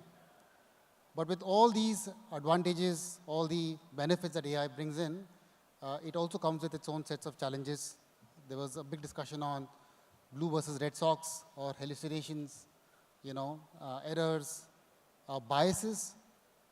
If you have, AI-driven models, they can start biasing against certain class of people, and so on and so forth. So the discussion that we will have in this panel really is about what is the right balance between innovation, speed, agility on one hand, to stability, fairness, and managing risks on the other hand, and how do we, tread the right balance. I have a fantastic set of, panel members. And so let me, start with you, Sharad. We are seeing a host of regulations around the world coming in the field of AI. In fact, just a couple of days back, there was a draft guidelines also in India, and you've been, I think, part of almost all those, committees. As you look at the regulations that are coming out from the Western world, more specifically, say, Europe, and what's happening in India, how do we think about AI regulations? How will India be different from the rest of the world? Yeah, so it's a very good question. And the reason for being different are many. One, of course, is that we have to worry about children. We had 23 million children last year.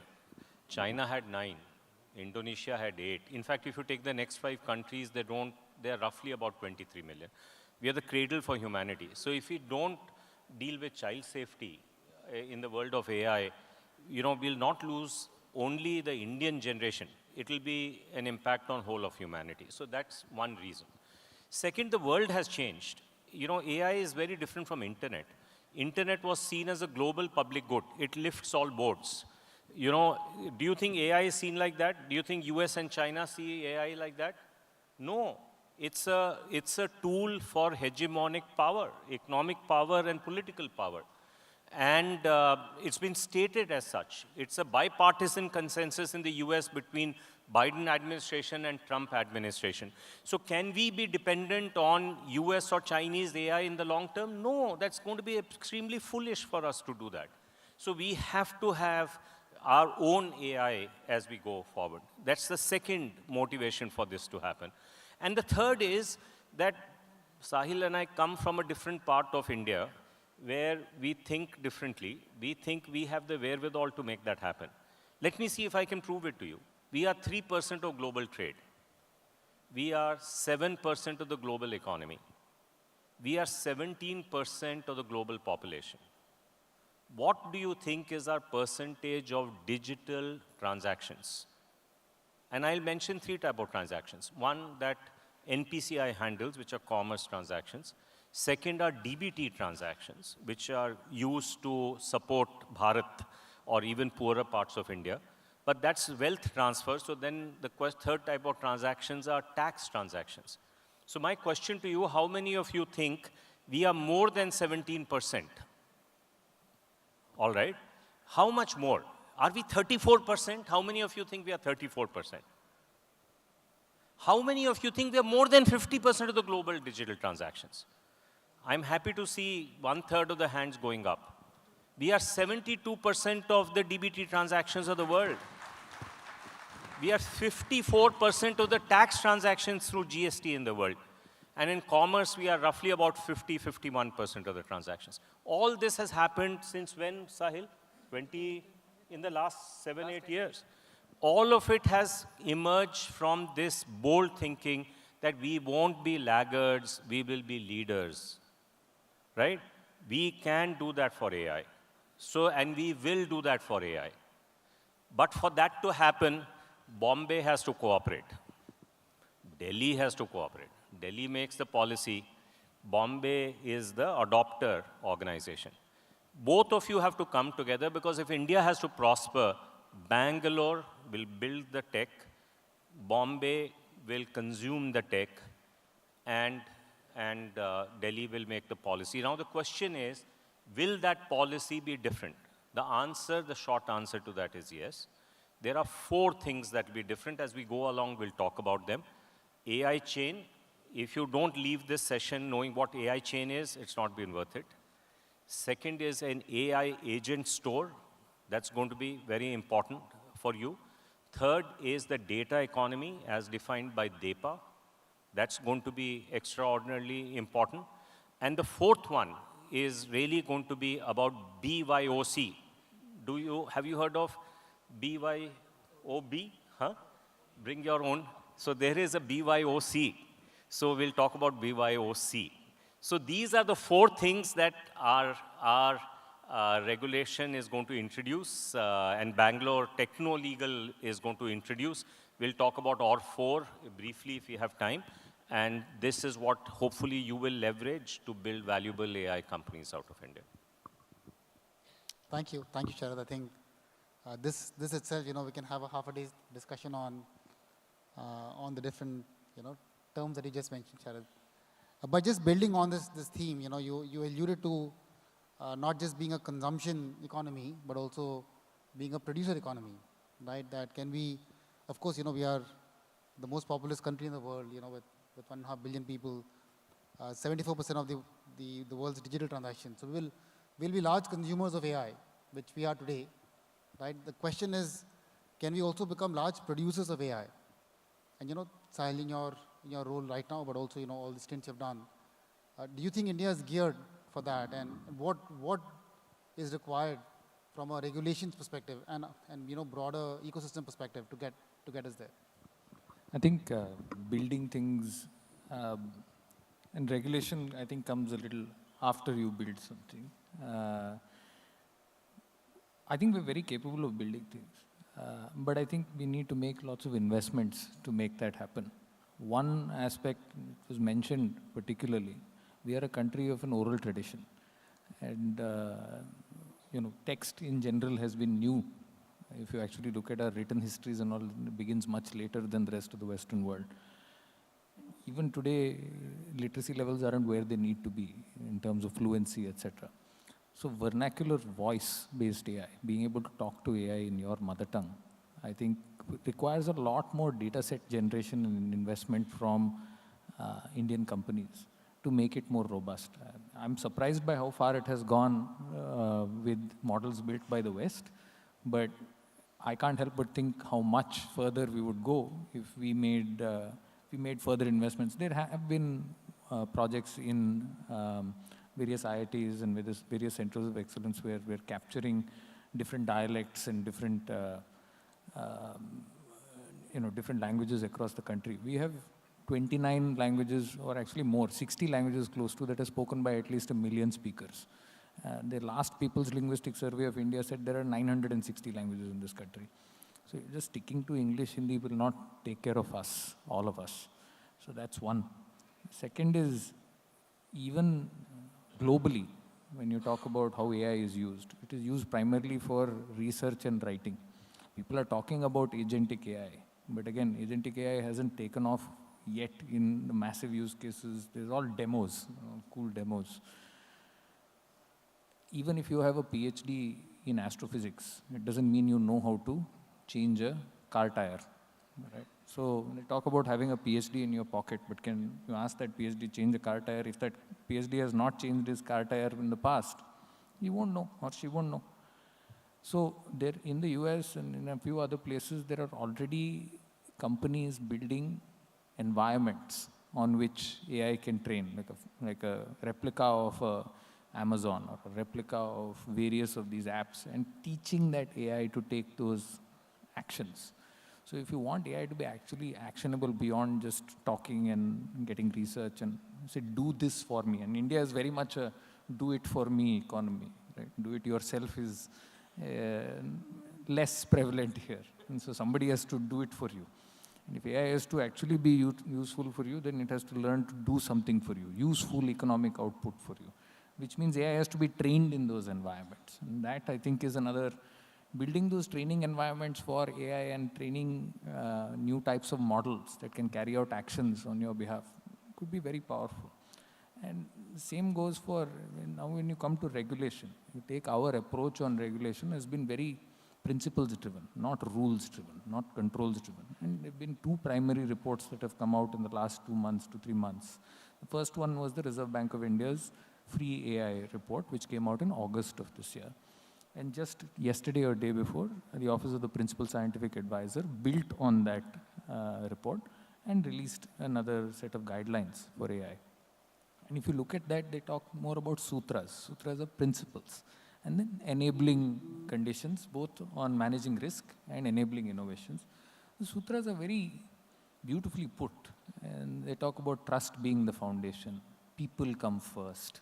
Right? You're talking about inclusion, making sure AI is inclusive, making sure AI is fair and ethical, and removing bias. Because I don't think, one of the things that, one of the beautiful things I think is possible with AI in this country is that often in the broad mass of India, we are perhaps not as nice to someone slightly different from us, slightly different language, slightly different religion, slightly different dialect. We can be quite mean to each other, I feel, sometimes. Whereas a machine can be much more, and AI can be much more inclusive, treat everyone the same. The color of your skin or your last name or your religion should not matter as much. And that future, I think, AI can build, can fundamentally be more inclusive. When you're opening a bank account or when you're going to a branch, I encourage all of you to go once with people who help you out, people who are behind the counter, people who serve you at home, people who drive your car. When they go to a bank, go with them and sit on the bench and just watch how they're treated. And then you go with your fair skin, tall, this thing, and see how you're treated. Very different treatment. People, it's fundamental. And putting an AI can actually drive a lot of inclusion around it. So, but at the same time, there are a few safeguards that need to be thought of. And one of the main safeguards I think people need to think about very clearly is one of the principles, which I don't think is going anywhere, is understandable by design. Now, understandable means something has to be explainable. Now, our transformer architectures that have been deployed right now are by design, black boxes. So they can't necessarily, I mean, even, you take the best researchers of AI in OpenAI or DeepMind or wherever, you ask them, why does the transformer do this?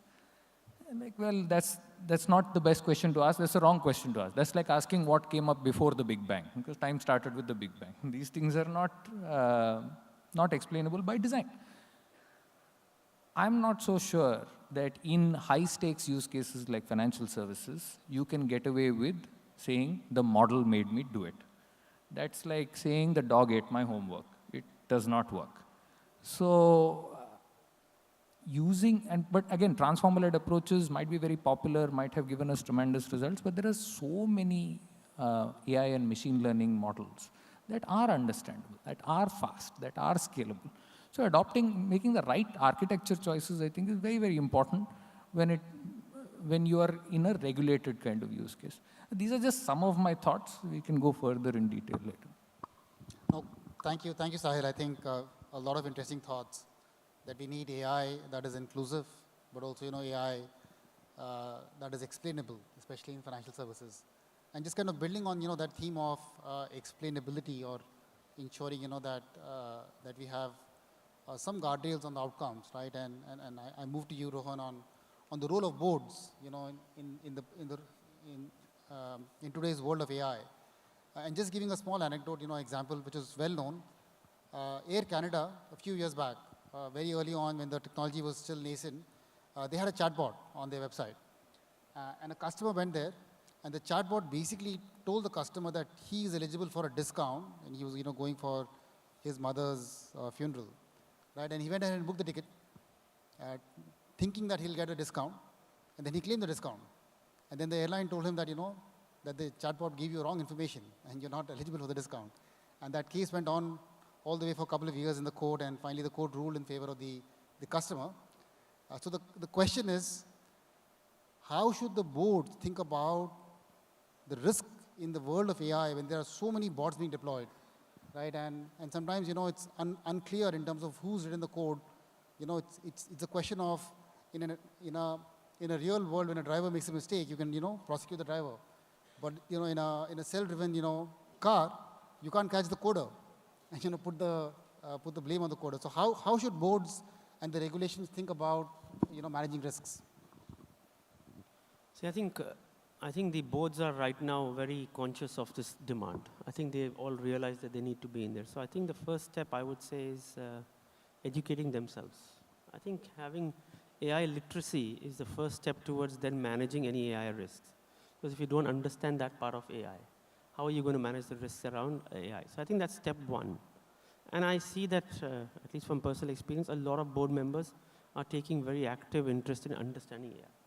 We do a lot of sessions with them. They want to understand what does it mean, what are the model risks, what are the other risks, and how do you then deal with them. I think the second part of that is, as boards, they need to set up compliance and governance committees. And they could be a combination of people from the board, from leadership. You could have internal auditors, you have people from the technology teams, but a whole host of people who come together to see what's the risk of AI, what's the model risk, what's happening with this, so that there is enough governance and control around it, but there's also adequate reporting around it. I would say that's the second part. The third part, I think the RBI has put the free AI framework. I think that goes into explaining, what are the risks and areas that you should be looking at now. He's saying what should you be looking at from a model risk perspective? What is there from a, we spoke about ethnicity risk, other risks that are there. So I think understanding that, ensuring that you're covering those risks that you have in there, I think is going to be very important. See, when you come to financial services, there are three words that always play out. One is trust. One is ethical behavior. And the third one is following regulations and governance. I think those are the three very important words you play out. So I think if they follow those, I think the boards will need to do a lot more around this. I think the senior management teams need to do a lot more around this to be aware of what could be the risks. I think the second point that could be there, Richard, is that historically, as we've looked at our risks in our business, and I think someone mentioned it, financial services looked at op risk, credit risk, market risk. And we model all of our capital around that. But today, I think there are lots of new risks that are going to come up. There's a new model risk that is going to come up. How do you now start modeling around that? There is a customer risk that is going to come up, which might not have been there in the past. So how do you start modeling your capital around that? See, at the end of the day, I think you've got to move in a direction where AI is not going to be only about compliance, but it's going to be about confidence of your customer, of your shareholders, and the confidence of the larger public at large. So I'd say boards will have to go through this themselves and their teams to get to a point where there's a lot more understanding and education they have. Thank you, Rohan.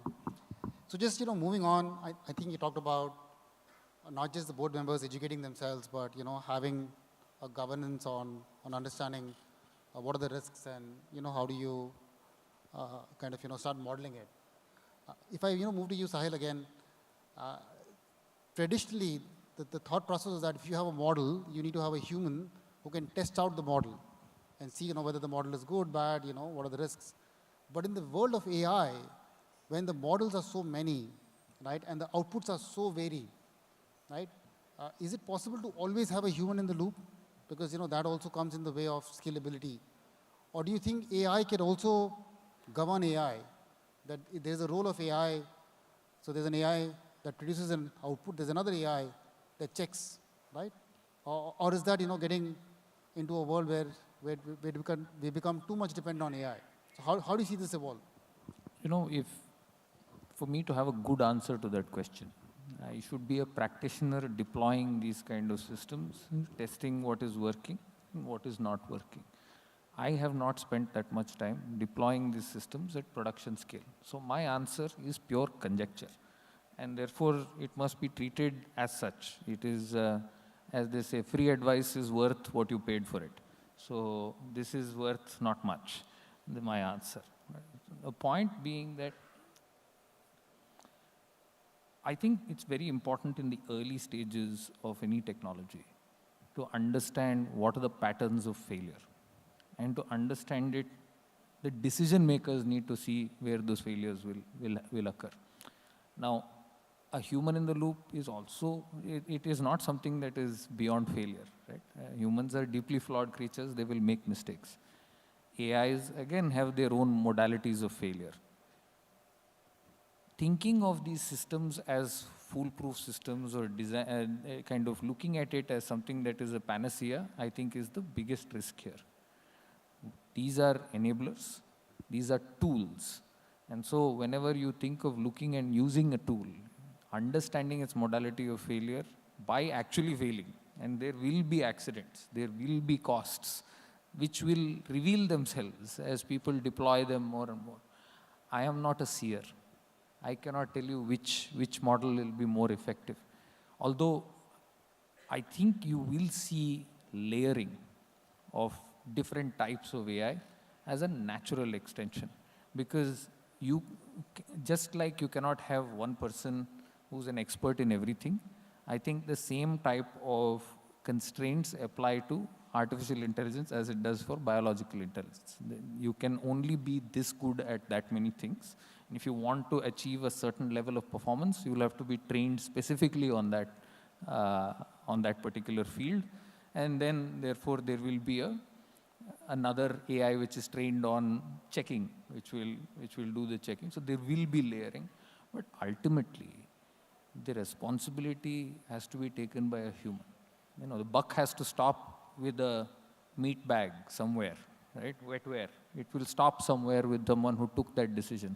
Until, of course, machine, we have Skynet, but that will happen maybe sometime, who knows when. Yeah. Please go. I think, Sahil, that was a really good. There was a big conversation around this, saying, is there enough? I think there are two questions that come up always: is what is human in the loop, and second is how does this whole AI story impact the employees in the organization? I think there's an inherent fear that people think that their jobs are going to go away. People are starting to think that I might not have a job because AI is coming through. I think what you said was absolutely right, is that the buck stops at the human. and the human has to be there. I think people need to start thinking that how do they elevate themselves to do something different compared to what they did before, whereas the machine could do that. Sorry. No, when you were saying that, the buck has to stop with the human, I think the buck has to stop with the human leader. Because if you say that a buck has to stop with the human, then, I heard this wonderful term in a discussion with a bunch of very smart lawyers, saying that humans in the age of AI will be used as a moral crumple zone. Right? Because you can't blame this machine beyond a point. You put some guy in the middle of that decision-making loop saying, that guy was supposed to check. He didn't check. So some person will take the fall. And unless you actually start driving accountability towards the leadership that is designing these systems, you will have people in the middle layer or the lower layer that will act as human crumple zones, saying they're just there to take the fall when something goes wrong. Otherwise, when things are going right, they're just there to nod along. So I think we need to be very aware and very careful that we don't turn our employees into moral crumple zones. No, I agree with you, and it works both ways. It's going to come from top to down, down to top. Because my first answer was on the boards, but I think every person who's in the loop then needs to take the ownership. But I think, Richard, the other thing we see is that are organizations able to do enough to create more humans in the loop? And how do they go around doing that? I think that's a big question in terms of how people do that. I think we are experiencing this a lot. Organizations are seeing this a lot. And how do you start sort of training people? There are different reports that say there are very few people who are trained well enough to be humans in the loop and all of that. So I think education, a lot of gamifications we are doing now today, a lot that's happening around sort of sandboxing, working with third-party organizations. So I think there's a lot happening. But I think to your point, will it become AI over AI because there are not enough humans to do it? I don't know the answer to that at this point of time. Yeah. Great. I think the way Sahil put it, there'll be different layers of AI, and like every human has a role to play, I think every AI model will have a role to play. I think that's probably the way to go. I'm conscious of time. It's the last 5 minutes. Are there any questions from the audience? I see a hand behind. So if you can just take a mic, maybe introduce yourself and ask a question.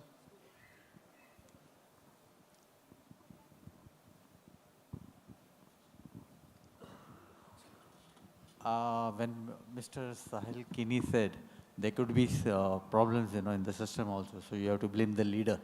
But when you design a system is first a model in itself. Later on, you can build on with your AI models in the system itself.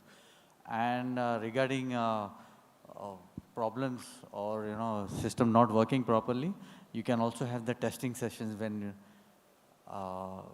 we test the entire system part by part, each module, and you get them cascaded in the same system. I think it should work perfectly. I don't think AI system should go wrong at any time. All right. The current transformer models are built on Hopfield networks. Hopfield networks have something called the energy function. And so therefore, when you look for an answer, it's looking to find the low energy point there. And therefore, in the models that are there, there is a parameter called temperature. Those of you who are familiar with internals of AI will know that. Not much. So in temperature, if you keep the temperature parameter very low, then when you ask the same question to AI, it will give you the same answer. But the temperature parameter is set up to high. And when it is set up to high, if you ask the same question, it will give you different answers every time. So the question to your point is that if I have to go to AI and ask for dietary advice, please go ahead and do that. But if you have to go and ask for surgical advice, you will be dead if you do that. If the temperature, because the current AI systems are not meant to provide surgical advice. Now, of course, there are many reasoning systems, neurosymbolic AI particularly, which offer and solve a different problem. So the best way to think of it is the whole world is fixated on one type of AI right now, which is the Gen AI. Gen AI is not even the most powerful AI. The most powerful AI is DeepMind AI that happened, and you heard from Manish earlier in the day, which has taken where researchers would spend a whole lifetime getting out the protein structure for one protein. 30 years it used to take. By the time that model came, only a handful of proteins had been, for whom the structure was done. Now all proteins in the world, we have the structure. That type of AI is fundamentally different from Gen AI. The world is going to change more because of DeepMind than it is going to change because of Gen AI. So Gen AI will only make half the, we have this thing. I can tell you in 10 years, only half of you will be employed.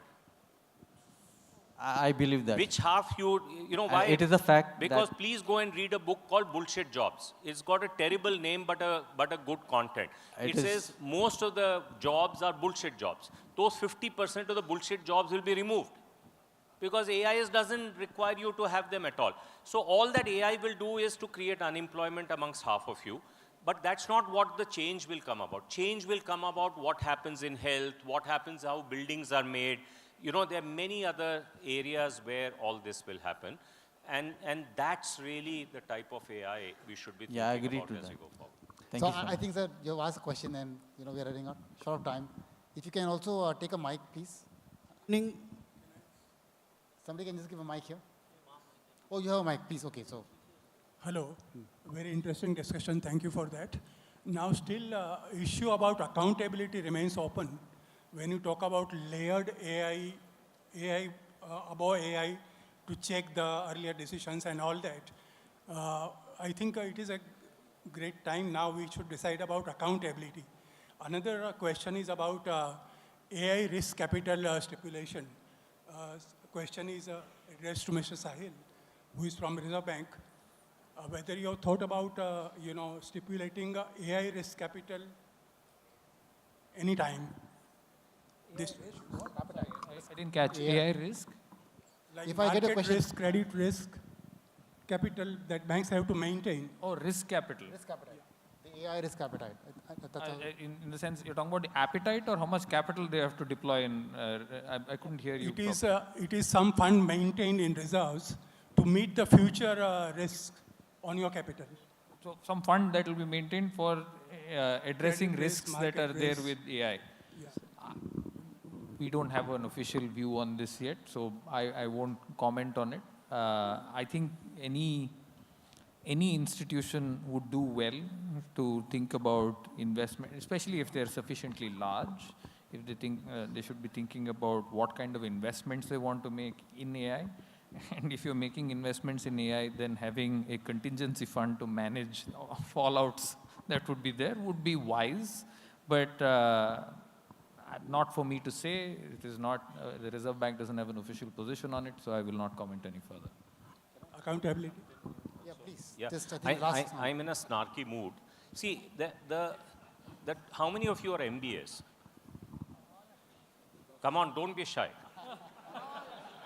Right? Now, look, for India to be an AI story, you need researchers, you need market players, and you need policymakers. It's called the triple helix.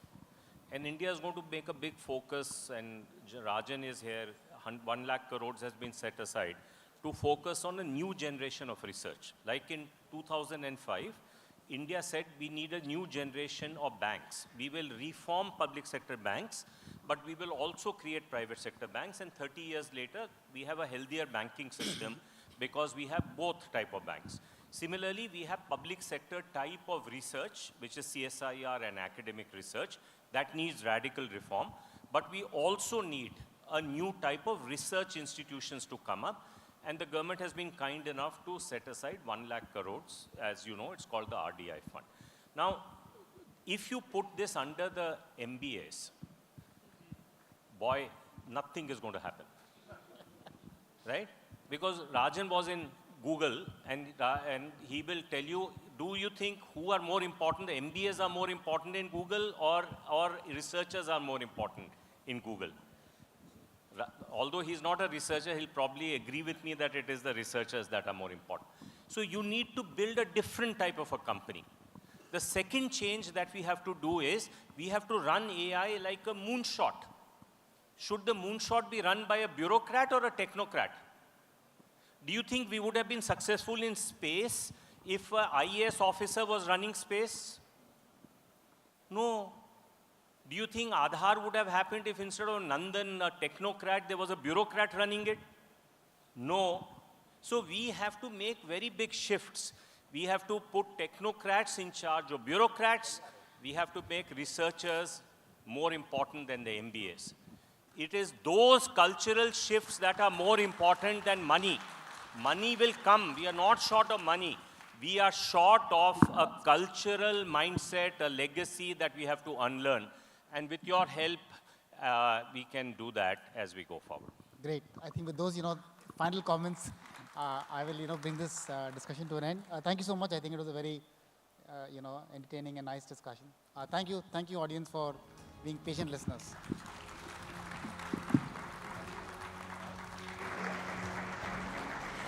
Thank you so much, gentlemen, for your vital and timely discussion. Kindly remain on stage. I would like to request Ms. Apurva Rathore, Company Secretary and Chief Sustainability Officer at L&T Finance, to kindly come up and felicitate our wonderful speakers with our token of gratitude.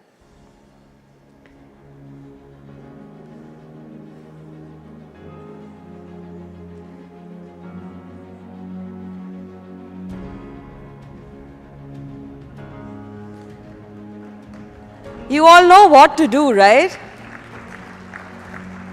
Do we need to do the LTF raise again? Come on, give it up!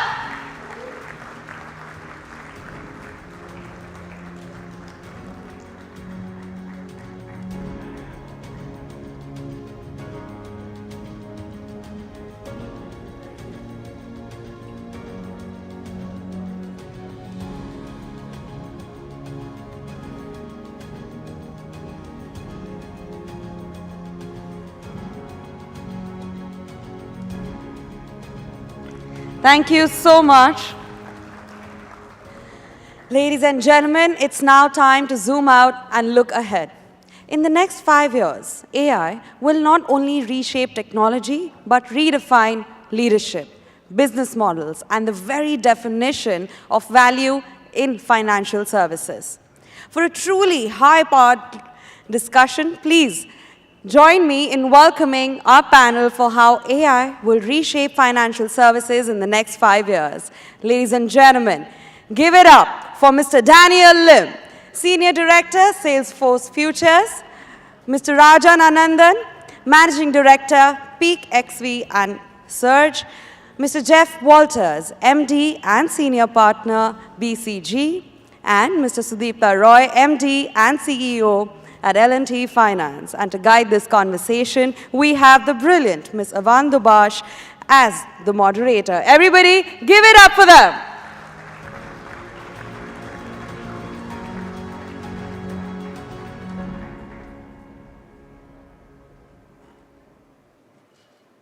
Thank you, gentlemen, for joining in. And, I'd prepared this amazing introduction about how AI is not a buzzword, but we're on a treadmill and we need to catch up. But I think Mr. Sharma has completely unnerved everyone in this audience, and he certainly brought up some very interesting points.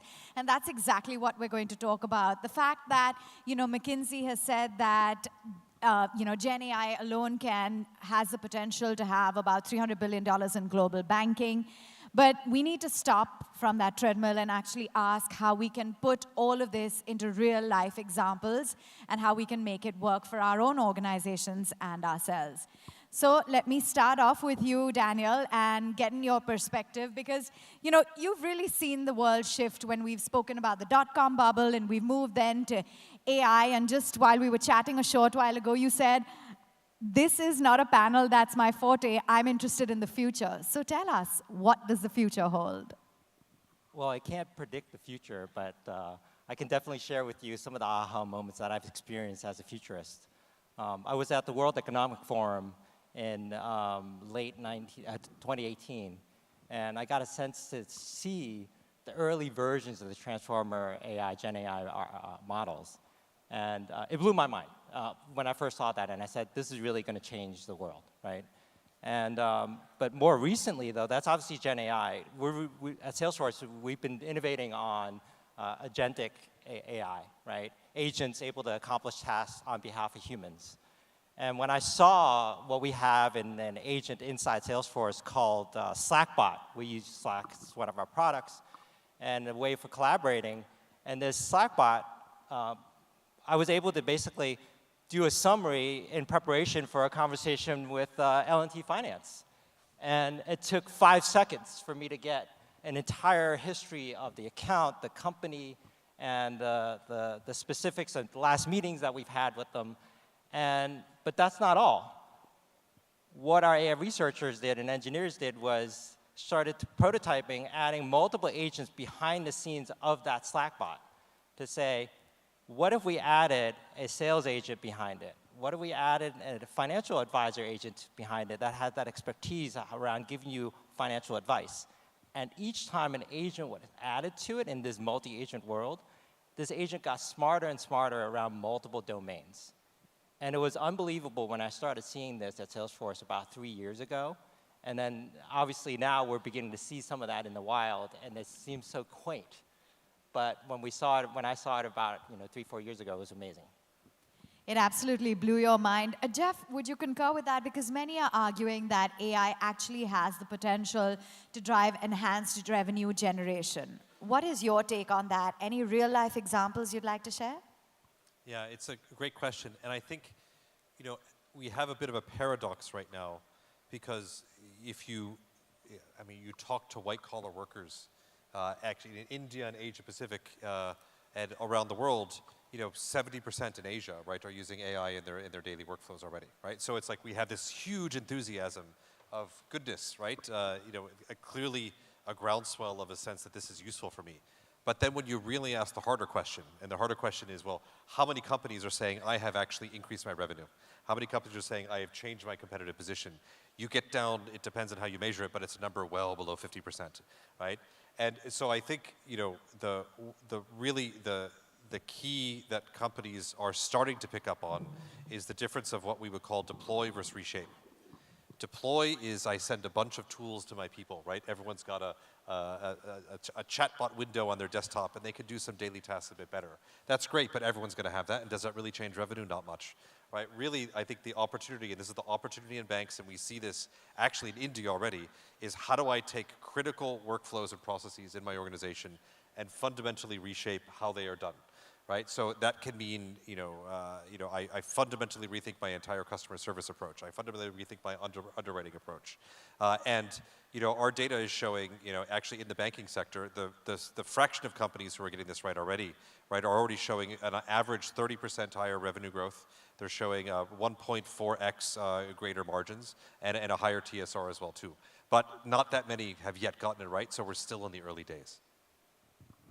Early days, and Rajan, you've gone on the record to say that AI lets you build 10x better products, and if you're not doing that, you need to stop. And while it seems like every company or every startup is definitely rebranding their deck with an AI slide, do you think it's just another funding bubble where valuation chases vocabulary? Yeah, firstly, I'm glad that I'm not in the 50% of the people who have MBAs. Sharad's already left the room. Or a bureaucrat, I'm in the 50% that might have a job, although I'm told agents will soon be better venture capitalists than humans. Look, so I think, well, firstly, there are some really, really interesting AI native startups coming up in India. I'll give just 2 examples from our portfolio. One is a company called Sarvam. They're building sovereign models for India.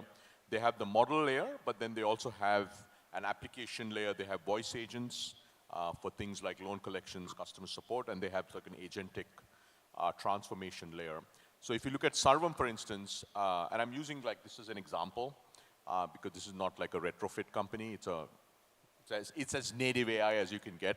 So for IDFC Bank, 50 lakh loan collection calls a month are done by Sarvam agents. They do it in 11 languages.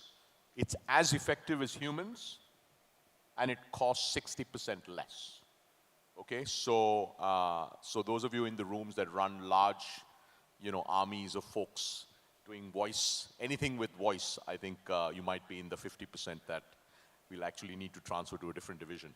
So another company would be a company called OnFinance. OnFinance is a company that actually focuses on agentic AI for compliance for banking, financial services, and insurance companies. And our exchange is actually a customer of theirs. So for instance, if you have an SME IPO DHRP, to review that SME IPO DHRP takes 10 to 14 days for humans. And with on-finance agents, and this is a pure agentic AI company, this is BSE, by the way, Bombay Stock Exchange, it takes 45 minutes, right? So if you look at, and these are two of, I would say, hundreds of examples already in Indian banking financial services. So the value creation is absolutely real.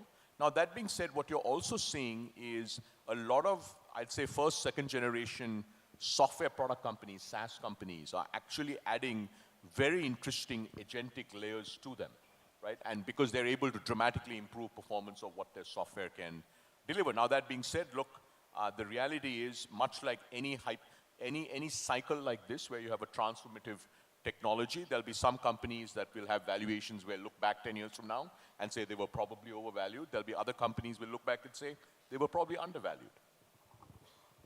But it's good to know that you've highlighted some of those real-life examples and portfolio companies. Sudipto, let me come to you because L&T Finance has been using data-led decision-making well before AI actually became mainstream. But when was the moment that you realized that, this is, or the potential of AI has moved beyond a pilot to actually transform the way the company operates? See, obviously, the search for any solution starts with a problem. And when I joined L&T Finance, and L&T Finance is one of the largest two-wheeler lenders in the country. And in the first review with the team, I asked, what are the check bounce rates? And they nonchalantly told me that it's about 20 to 24%. I said, how much does it take you to correct a single case where a customer has bounced a check? The answer was roughly between 800 to 900 bucks. So here we had a problem, which was a large business, but which was a very credit-aggressive business. And obviously, a solution needed to be found. And I have been a very, very long-time believer in alternate data, and trying to enrich the credit bureau data and the other data pools that you have. And one of the things we did early in about October or November 2023 is when we tried to put together in a sort of a test bed a lot of data elements, right? Traditional data, which are called banking data and bureau data, and try to enrich about 4, 5, 6 sets of alternate data.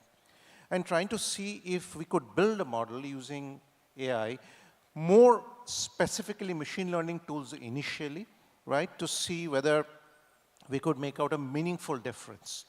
And we could figure out that that test bed gave us results which were really sort of separating, the good from the bad, like a butter cuts out from a knife, especially by putting the additional flavor of alternate data. Now, we had to build a system at scale.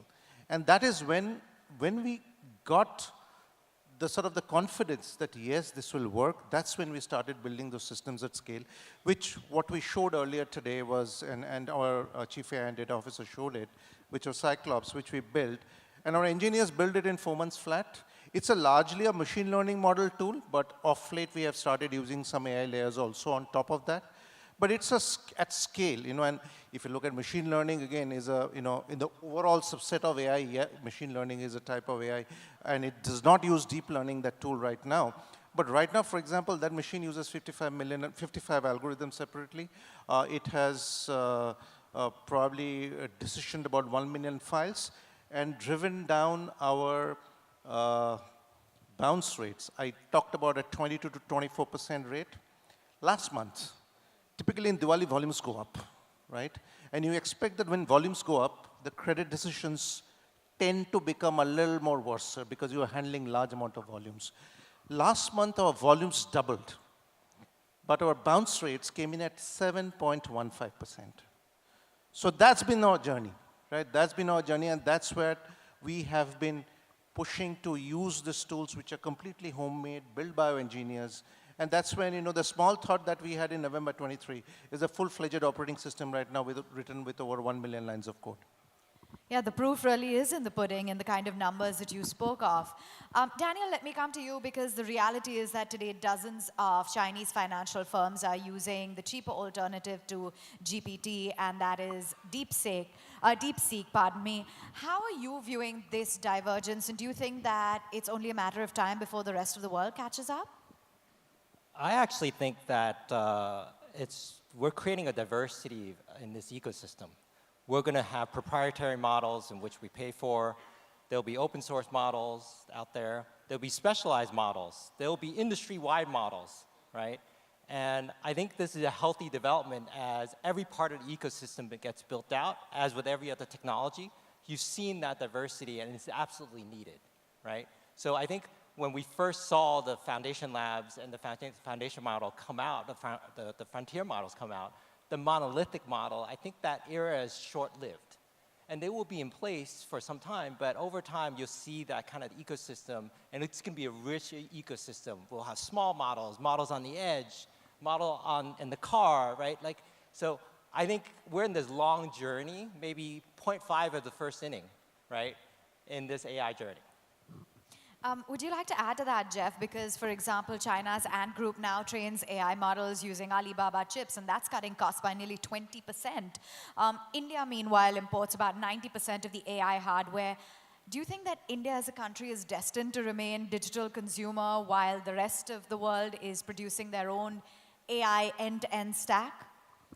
Well, first, I wouldn't get stressed at exactly where all the countries of origins, particularly at the foundation model layer, right? Because, Daniel, as you said well, if you look at any, I would say, AI mature enterprise today, they're using a host of different models for different purposes because different models do different things well. And they architect in a way which says, I don't even know what models I might want to use in 6 months, right? So indeed, there are frontier models that come from highly funded companies, right? We have a set of models increasingly open source from China. The diversity is fantastic. I think, when you think about India, of course, having access to all layers of the stack is important, right? I think, you sit in a special place here where understanding the Chinese stack, understanding the Western stack as well too, should do both. And I think companies around the world are doing both of those things, and it makes a lot of sense.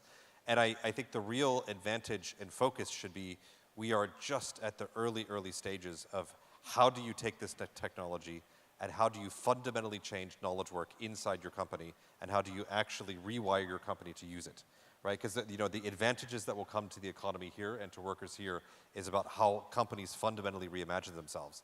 And you have an advantage, right? Because number one, most of your companies are not hundreds of years old, so you don't have this legacy, right? So there's less inertia, and there's an energy around growth today. And that energy around growth can be channeled to say, we're going to find the India-appropriate operating model that can actually use a host of models and a host of tech from different places, maybe in a way that wasn't imagined somewhere else, that works in our market. And that's where I think the energy should be put. And actually, there's huge opportunity putting the energy in that place. So I don't get stressed about where my GPUs come from today. We have a bit of a shortage, right? There's a lot of CapEx going into GPUs, a lot of CapEx going into foundation models, right? And I think companies shouldn't be stressed about that right now. Rajan, let me get in your take, because India is doing its fair bit. We've got the AI universities, there's been the signing of the NVIDIA partnerships, but still, when it comes to the AI readiness infrastructure, we rank about 32nd on the list. What more needs to be done to make India AI ready? Yeah, I think the first thing to keep in mind is, if you look at the last 30 or 40 years in India, we're never the first, we're never the second, we're usually not the third, fourth, or fifth, but when we get going, in a decade, we're the best.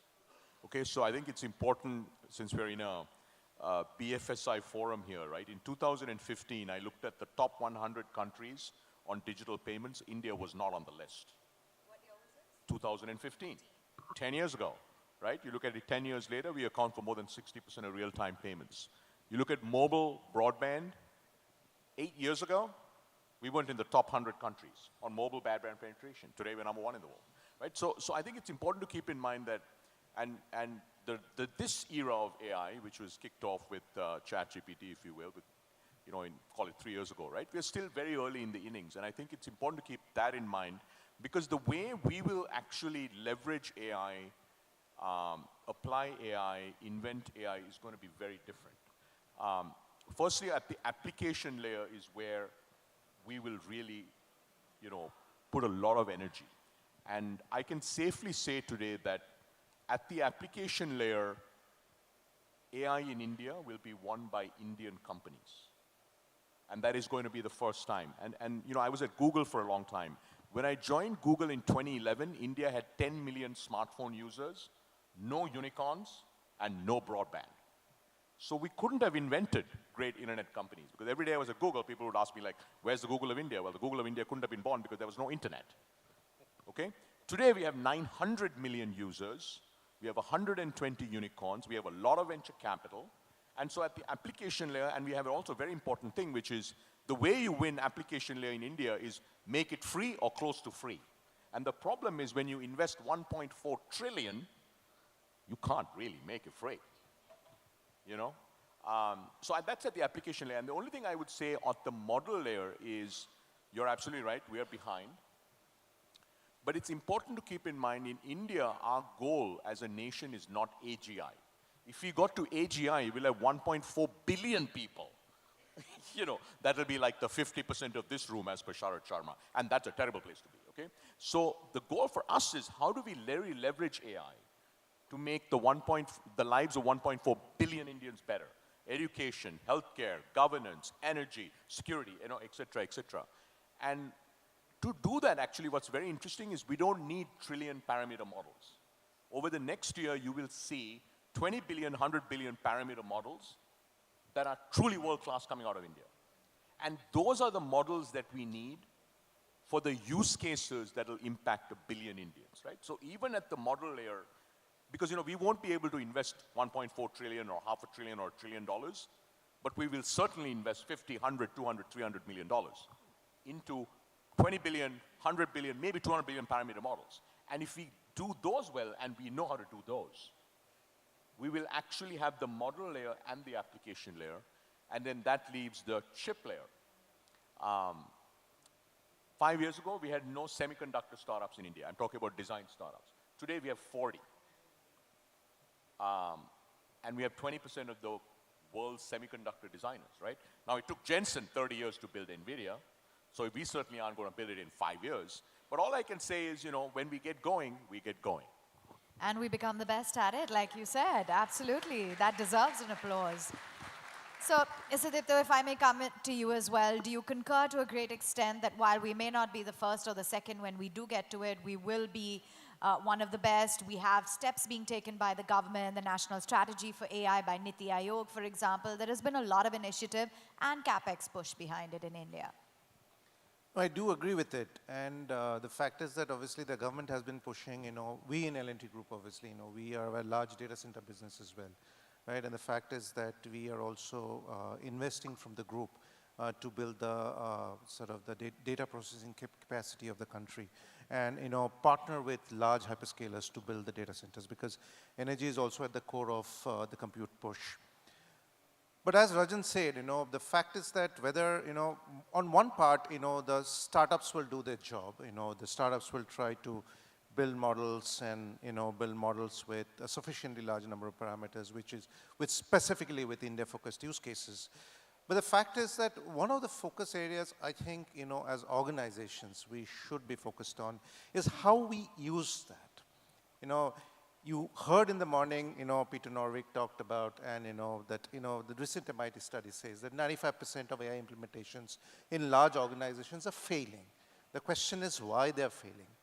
And the fact is that I don't know whether you saw a slide in the presentation by our Chief AI and Data Officer. It actually says that it requires a village to raise AI.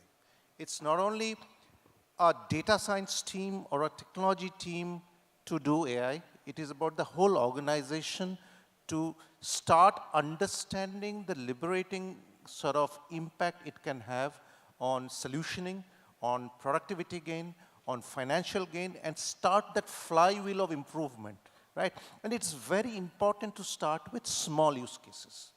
Especially in L&T Finance, if we talk about our experience, for the last 24 months, we have been pushing this, right? And what we have been telling our teams is that start with small use cases. It's not, do not take big, hairy, audacious goals. Start with small use cases. I'll give you one small use case. when I went for investor meetings, and we are a very large microfinance lender. And people asked me, what is your microfinance group attendance sort of stats? And frankly, we had some number, but those were not reliable numbers.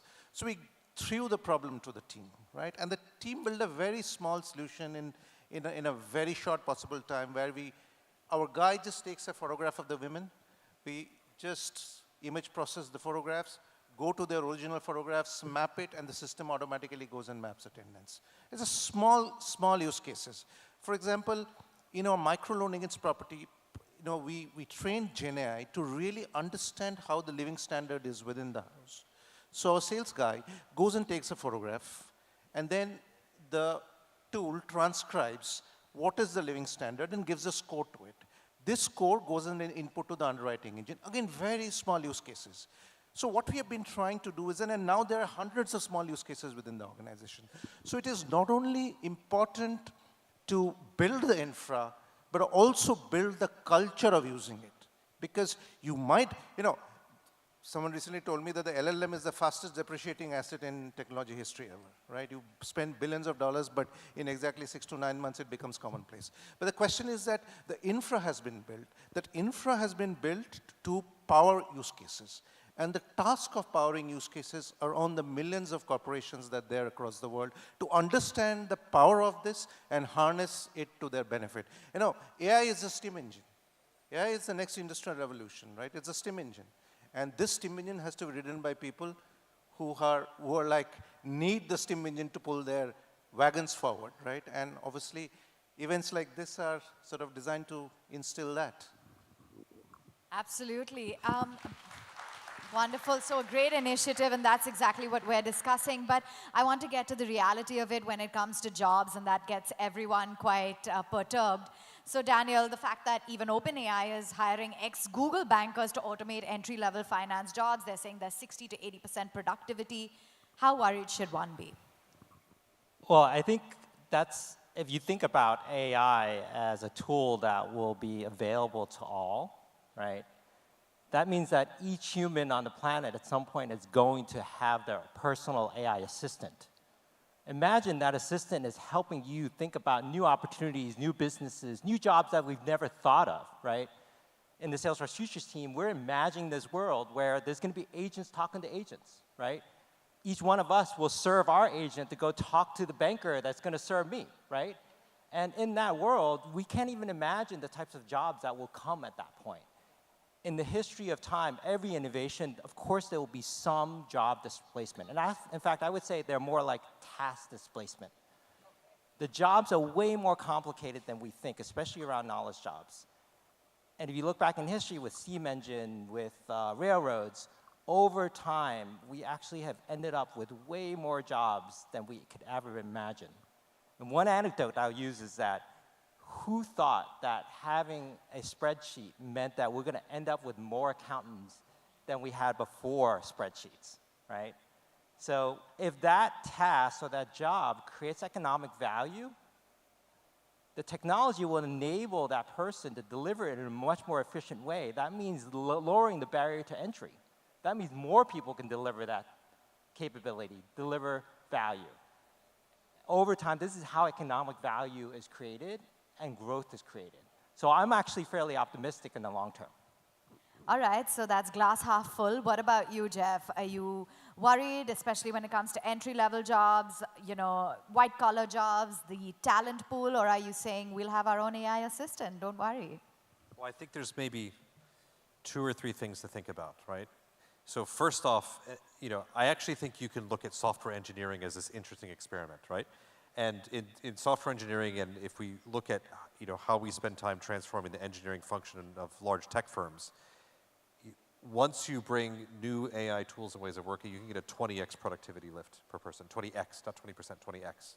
So if you're the engineer who's not getting 20x and you're still at 1x, I think you have a problem, right? So and this is going to then come to different areas. But then if I bring a slightly positive spin and then a question, right? The positive spin is everyone here is leaders of different companies, and if you think about how your people spend their time, is every minute of the day, really pushing I would say, the capabilities of all their team members to the maximum. You know, no matter what function I talk to, I was talking to someone in a marketing function. They said, look, I have great marketers. I don't have an MBA, but they hire some MBAs. They say, I hire MBAs, and they actually spend half their time moving pictures around PowerPoint. And that's not pushing them to their maximum. So actually, indeed, what we, you know, everyone's probably feels a quality talent shortage, and to some extent. We have our great talent doing a bunch of stuff which is not really value added. So I think there's this huge unlock when we get that 20x, we take away the stupid tasks. We also, everyone who has a job probably has 4 to 10 hours a week that they hate doing, right? So if we automate away the 4 hours that they hate, that also helps as well too, right? So, and then we actually get to fully get to the productivity and full potential of the people. But then finally, I think we have an interesting question and a dilemma that's not solved yet, which is, I think everyone here, you know, kind of, you honed your craft in whatever you do by starting at the bottom, and you actually did the tedious work, right? So if you were an accountant, you started moving stuff around Excel all the time, and maybe, you know, you weren't being pushed to the limit of your human potential, but that actually grit work helped you understand the underlying mechanics in a very deep way of the craft that you had, right? If we start to automate, I'd say, a lot of the busy work and the underlying mechanics, I think there's an interesting question, which is, you know, how do we then train the next generation of leaders in those functions? So the way we have to learn, right, is going to be fundamentally different, or we are going to end up with this kind of jobs paradox that we've been talking about. The way we have to learn is going to be different. So Rajan, for everyone here who's listening, say that there are even entrepreneurs, there are people starting out, the younger generation. They want to hear from you. Do they need to reskill themselves? They're definitely not going to take MBAs now, but what else should they be doing to be prepared for this new onslaught? Yeah, I think, look, so firstly, I think what you heard, I think from all three panelists is, you know, regardless of what you're doing, right, you have to master the AI tools that are relevant to your profession.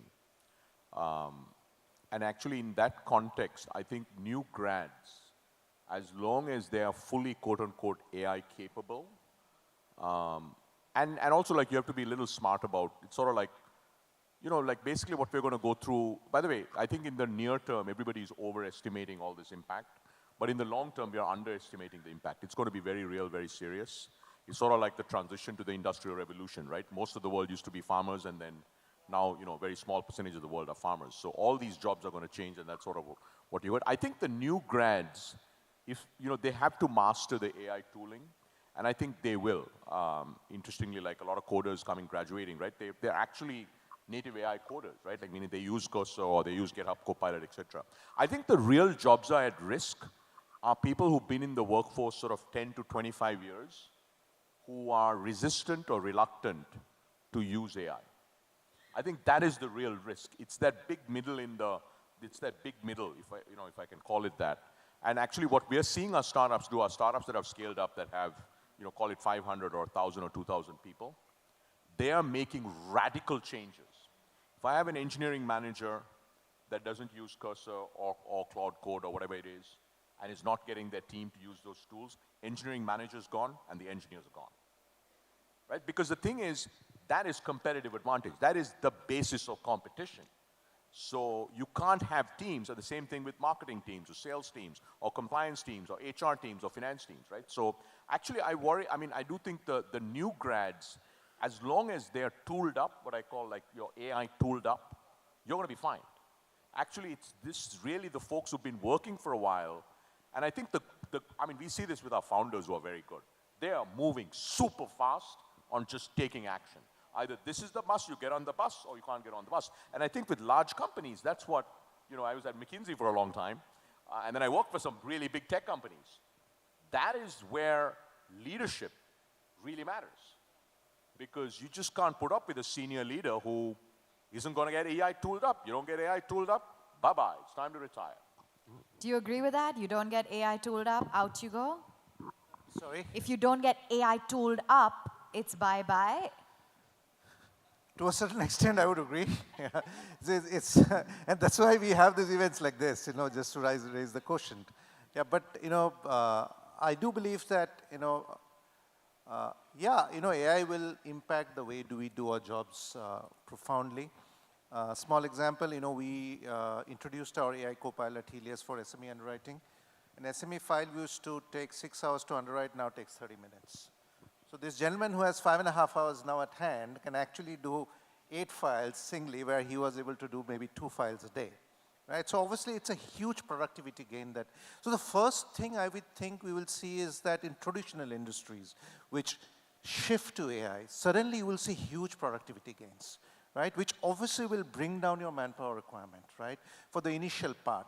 But I do believe that over a period of time, as complexity of AI systems increase and complexity of sort of data maintenance and data governance tools increase, there will be a requirement of engineers on that side as well as tech workforce on that side.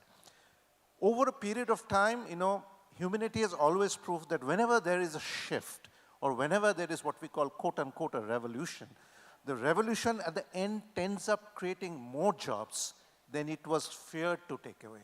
So we cannot crystal ball glaze the future.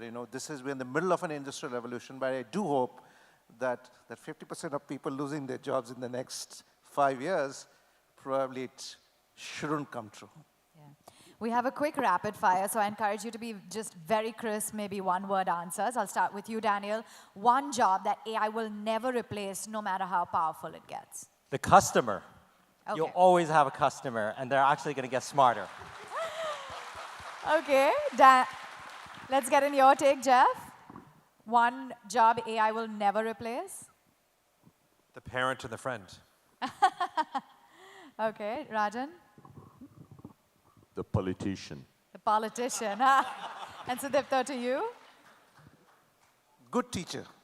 Okay, that's a great one. That's a great one.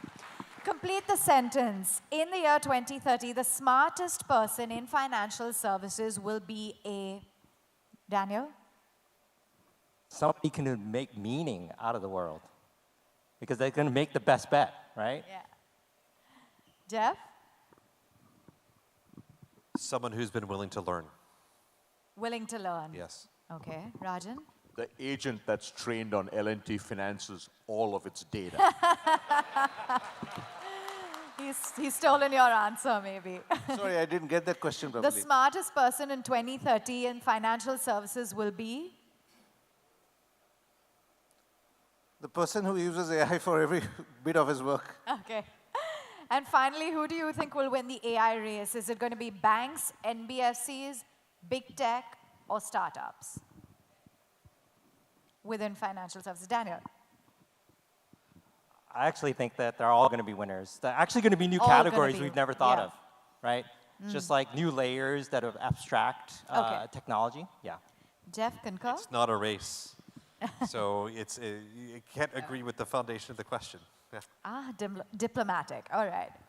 And Rajan? Look, I think these are all very different. Look, India has 10 80,000 crore plus market cap NBFCs. I mean, they're just going to get bigger and bigger, right? So, yeah, Are I you tend to saying kind of agree. NBFCs then? No, I mean, look, the best banks will be extremely successful. The best NBFCs will be extremely successful. Best tech companies are going to be extremely successful. I think the key is to be the best. That's the key in whatever you do, right? Because tech companies are not going to become banks. Yeah. And similarly, banks should not become tech companies. Yeah. Sudipta? So if you're talking about Viksit Bharat by 2047 and you're looking at a credit to GDP ratio of 150%, then you have to have a $45 trillion sort of credit market in 2047, right? That means that all the financial services companies which are there, whether it be banks, NBFCs, or fintechs, all of them have to grow 10 times in size in this period. So everyone will be successful. On that positive note, gentlemen, thank you so very much for joining in and sharing with us your very candid insights on AI in the future. I guess the bottom line is we need to get AI tooled up or it's bye-bye. Thank you so much, gentlemen. Ladies and gentlemen, give it up for our esteemed panel and our wonderful moderator for that inspiring conversation. Kindly remain on stage as I would like to now invite Ms. Sonia Krishnankutti, Chief Executive, Rural Business Finance, on the stage to felicitate our esteemed panel.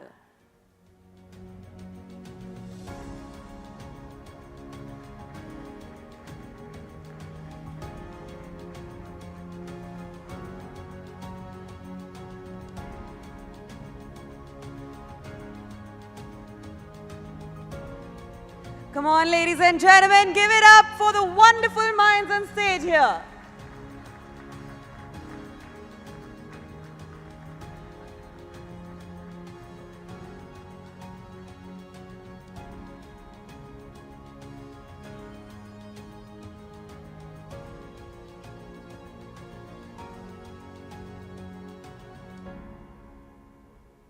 You have to give them a big round of applause for good pictures. They're going to smile harder.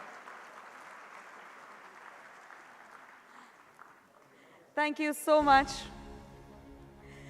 And now, ladies and gentlemen, we shift from the rules that govern AI to the ways AI is transforming the day-to-day experience for customers, portfolios, collection systems alike.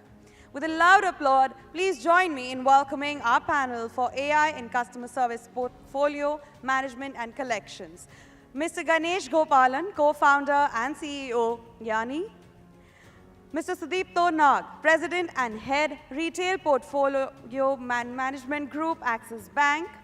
And this panel will be moderated by Ms. Zeenat Hamirani, Chief Risk Officer at L&T Finance. Let's explore how intelligence is being used not just to resolve problems, but to anticipate them and to build smarter, more human-centered financial systems. Give it up for them, ladies and gentlemen.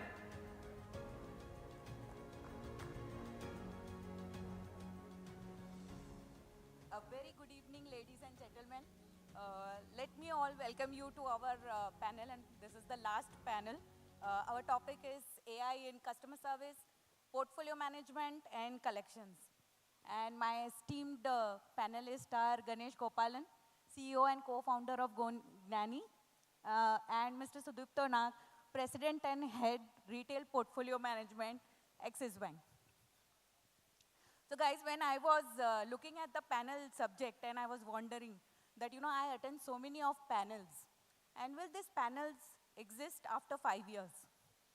And just a thought came to my mind that probably there will be a panel and 4 or 5 sophisticated AI bots would be sitting here and doing a discussion on how do we optimize human in the loop.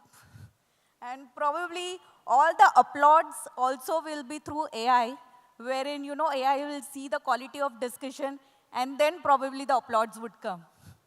But thank God, we do not have bots doing the panel. We actually have industry experts who would help us to understand the incredible power of AI usage in portfolio management, customer service, and collections. So I would like to start with Sudipto. I've worked with him and he's my dear colleague. Sudipto, how do you see usage of AI giving us cost benefit, efficiency? How do you see they giving us more and more benefits probably in the entire life cycle management of a customer? Yeah, okay, thank you. Largely, if I look at on the retail side, if I put it into context, today the voice is always being spoken about, like voice is largely being taken over by the various examples of the bots. But if you look at the life cycle, and we also heard about, large banks today, almost like the cost of migration to a bot has led to about 20% of the cost, right? So there definitely it is strengthening the OpEx. But if you look at the overall life cycle management, we have to just see on the 2 of the axes for the ease of illustration. One axis we can look at the 3 paradigms of AI. One is predictive AI, generative AI, and agentic AI. And the other axis, if we look at the various stages of collection, it could be starting from prospecting. There is indeed a use of predictive AI, which even today, it is getting used from the standpoint of largely if you look at all statistical models are being used for prospecting. Yes. Recommender engine, it is going to help in terms of knowing more about the customer than the customer knowing more about themselves. That's the power of that. In terms of fraud detection, today the fraud is, thousands of transactions which need to be checked, right? The pattern recognition, which is again part of the predictive AI, which is helping in terms of identifying those frauds which can be avoided. Underwriting. Underwriting has moved from rudimentary only credit markers to also looking at the alternate data. That is going to help in terms of reduction of the losses. Yeah. And again, if I look at from the use of various collection tools, all the risk models which are helping in terms of micro-segmentations, and that is also acting as a feed in terms of the credit underwriting. Then comes into the generative AI. Yes. Generative AI is going to help the job of the relationship manager significantly well, because it is consuming and it is reading on, summarizing all the data, factual policies, processes, so that it becomes much easier for the relationship manager to sell the product. Similarly, it is helping in terms of content creation, in terms of campaign. The jobs are becoming much simpler, and agentic AI is nothing. It is largely to do with the DIY, and you will see larger migrations are moving towards the DIY, which is the agentic AI, and the tools are going to make the biggest differentiations. Yeah, I think the tools and how we use it effectively probably are going to be the next big thing for the organizations. Coming to you, Ganesh, we heard the panel saying that, people with 10 to 25 years of experience, etc., will probably see some challenges when, if they do not adopt AI. But yes, AI is going to replace the mundane jobs, the repetitive jobs which will be there. How do you think organizations should help their teams, their people to reskill their people themselves, and how do organizations do that? Yeah, I think firstly, the domain knowledge within organizations is very largely underestimated, right? So for example, the best prompters in the industry for voice, I found are the contact center guys, right? Okay. So a good contact center guy knows, what sort of persona that you have to adopt. Let's suppose it's collections, let's say early stage of collections. What should be the persona? What should be the gender of the person who talks? The kind of conversations you should have. So typically people who are doing the current tasks are the best people to train your AI. Yes. So first and foremost, the folks that have the right domain knowledge in every part of your verticals are the right guys to train your AI, right? The guys who are already doing your current underwriting are the guys who are best qualified to build your AI agents, right? So I think firstly recognize that we have an immense trove of talent within the organizations. More importantly, proper training sessions, or rather, just challenges put to people. I've seen in many organizations that we work with, people who've never done any line of code in their lives. Yeah. Right? So I'll give you an example. We work, with a specific collection company, and this gentleman, is about 55 years old. Never coded a line of code in his life, right? But asked him to design an AI agent and do the prompting, right? He wanted an agent in Oria, right? And trust me, within 2 hours, we were able to build out this agent through him. And it was really probably the best prompting that I've seen built with the right sort of guardrails, the right sort of functionalities that you can build in. So I think once people get their hands dirty, that's the best way to utilize this. And you'll be really surprised at what people are capable of, especially when it comes to people having their own domain knowledge. Okay, thank you. So Ganesh, I would also want to ask you that, with all this data which is coming in through AI, there is a lot of data privacy, or probably because the bots are now interacting directly with the customers and they are using their own thoughts, etc., which we have feed in and taking and the situations as per the customer's requirement. There could be a lot of customers' escalations, etc., to RBI and data privacy, etc., in that format. How do you see, organizations to mitigate majorly this kind of, risk? Yeah, see, I think first and foremost, let's first take it in multiple parts, right? Sure. Let's suppose you are doing a AI agent, right? Typically, we had these discussions when I first heard it from some person in NVIDIA in Europe. I was kind of taken aback. So he asked me a question, when you design AI agents, how much should the prompting be, right? And, my team gave answers between 20% to 40%, right? And his answer was the best AI agent should have at least 60, 65% of guardrails. Yeah. Right? And that was an eye-opener for us, right? And if you take it to the next level, right? I mean, once you get into privacy and other issues, the next question is about ethical issues, right? Yes. So every organization in town, right? If you go and look into those organizations, they will have an ethical policy, right? Every floor of the office, there will be a poster saying that, this is our ethical policy, this is what we are responsible for as individuals. But really, what is really needed now is this responsible AI policy. And that has to be plastered, that has to be inculcated with every person in every organization. So, for example, I work with an organization called GPay, where we're trying to help other organizations with the responsible AI policy, right? Now, the important piece is that you have to look at it from the context of a fresh university graduate who's training models for you. And the biggest worry is that he doesn't know anything about responsible AI. He doesn't know anything about data security, safeguarding customers' data. So unless you inculcate this in every person, it's not going to happen. So what I'm trying to say here is what we need is a process where when new people join your organization, tell them about responsible AI and tell them that while you're talking ethics, you talk to them about responsible AI, how to be careful with customer data, how to make sure that you train with the right data and always ask questions. If you remember, all this is what we learn in our ethical class, but has to be repeated when it comes to responsible AI. In fact, I think yesterday METI has also issued guidance which talks about risk-calibrated innovation of AI innovation. So I think people have, and we had a very good panel on the same. Coming to you, Sudipto, especially all this hyper-personalization, etc. coming in and all this AI booming up, how do you see next 3 to 5 years the industry of customer service, portfolio management and collection getting disrupted? I am a strong believer that there's going to be a huge disruption.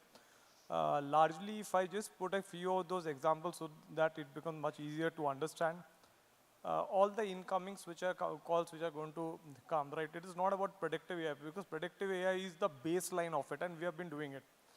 The content creation, there will be multiple personas which are going to get created. Yes. It will be, in 1,000 lakhs persona. Second will be the content creation in terms of the campaign.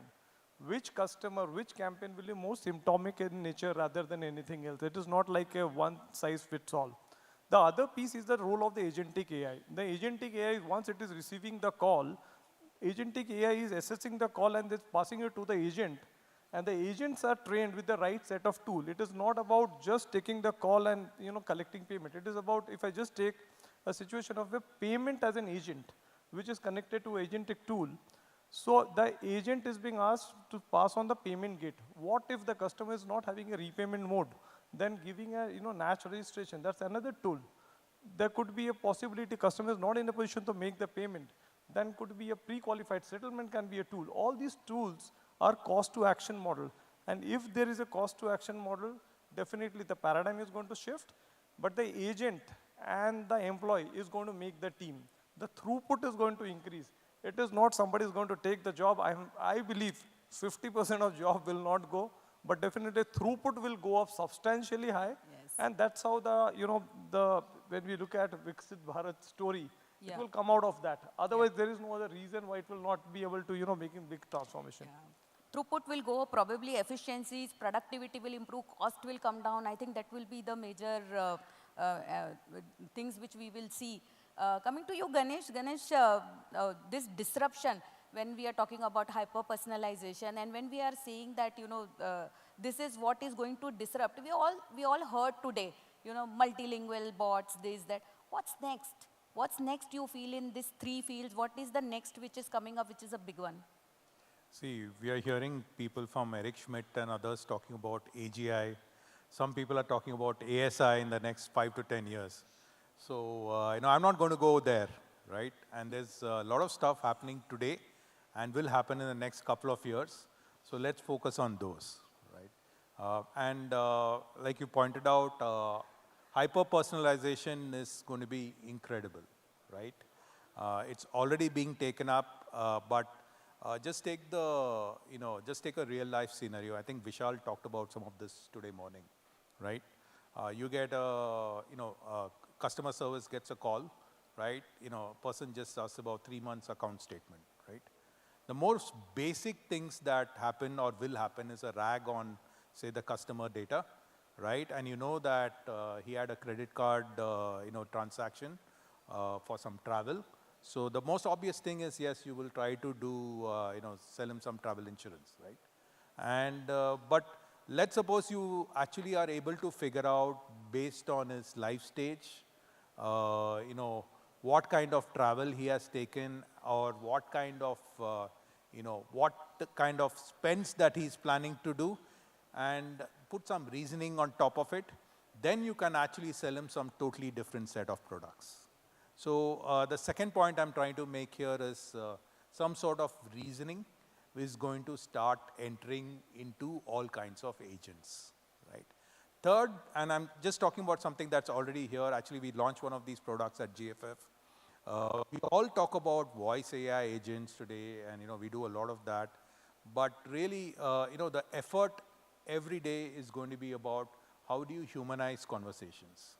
And I think AI avatars are going to become really, really commonplace, right? At GFF, we created an avatar of myself and put it up. And, people are really surprised that, how human-like and how easy today it is to voice clone, particular individual. So where are the benefits, right? The benefits are very simple. The more you humanize conversations, when you try to reach Bharat, it is going to be more and more easy to reach customers, right? So we spoke about hyper-personalization, we spoke about, multimodal, we spoke about reasoning. The other thing that we are already seeing, and I know somebody talked about it, is, even if it is not complete reasoning, like an intermediate one. Like, for example, you have settlement cases, you're going to have a lot of negotiation happening through AI agents, right? Yeah. All this stuff is already happening. We're already seeing some customers trying some of these things out, but it is just going to become commonplace, right? The other thing that we heard, and which is a matter of time, is going to be AI agents talking to AI agents, right? And that's, something that's not like too far away, probably, when two organizations are going to talk to each other, it's going to be fundamentally agents talking to AI agents. And then you got to figure out, what sort of conversations are they going to be. Because this is a world built by humans, not a world built by or for AI agents, right? So when AI agents talk to AI agents, what kind of conversations are they going to have, right? Are they going to talk in zeros and ones? Or are they going to talk, in Tamil, Telugu, Marathi, or Gujarati? So the world is going to change entirely, but I think rather than looking at what AGI and ASI are going to bring in, rather look at what companies like, for example, L&T Finance are doing. Whatever technologies out there, we are, hardly taking the benefit of what's already out there, right? Yes. And that's going to be the bigger challenge. How do we take all this to scale and reap the benefits out of them?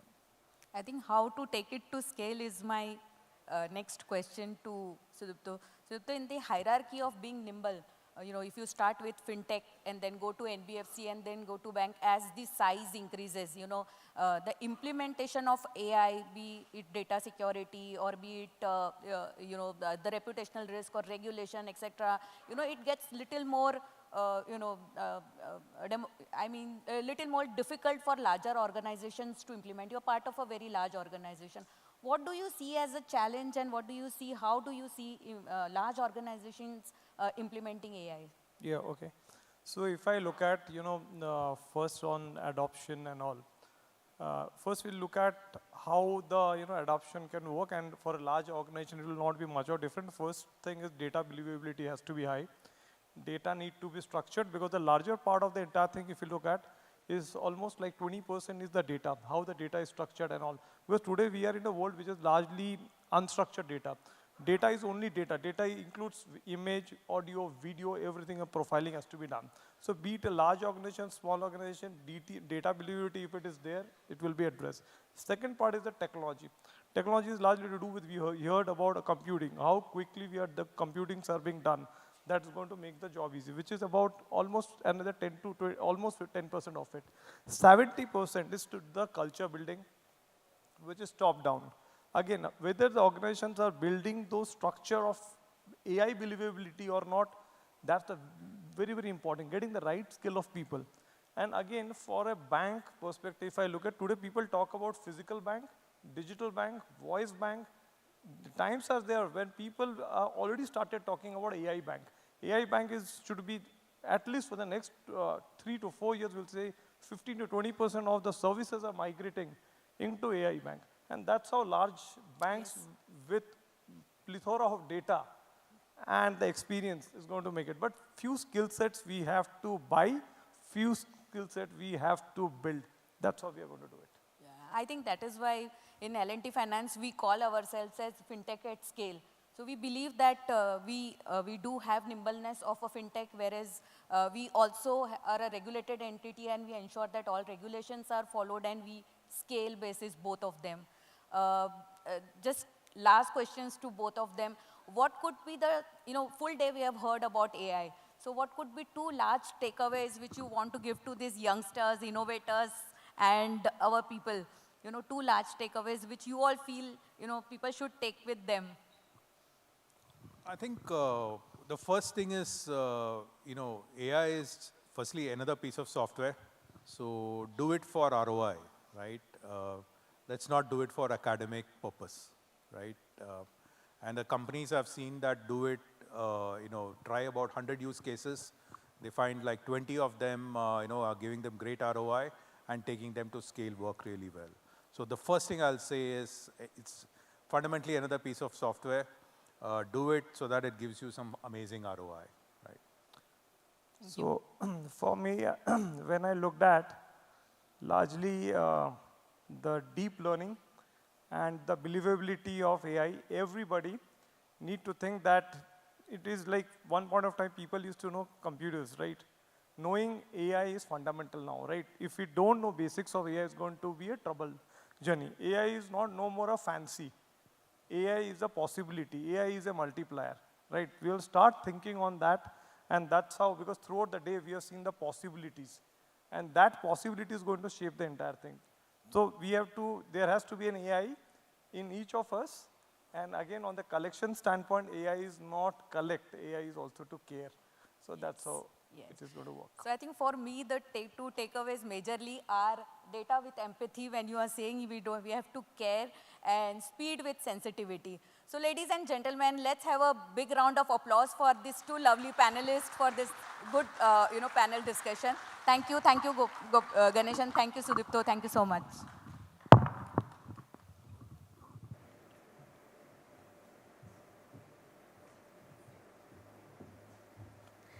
Thank you so much, gentlemen. Thank you so much, ma'am. Ladies and gentlemen, give them a huge round of applause for this incredibly insightful session. I would like to invite on stage Mr. Ashish Goyal, Chief Executive, Farmer Finance at L&T Finance, to felicitate these bright minds on stage. Give them a huge round of applause, please.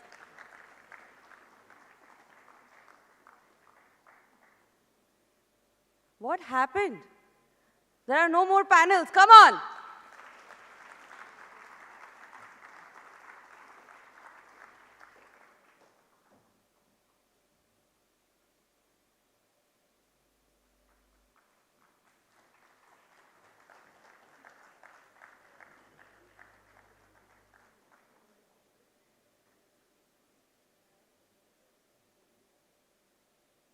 Too much silence in the room. Come on, guys.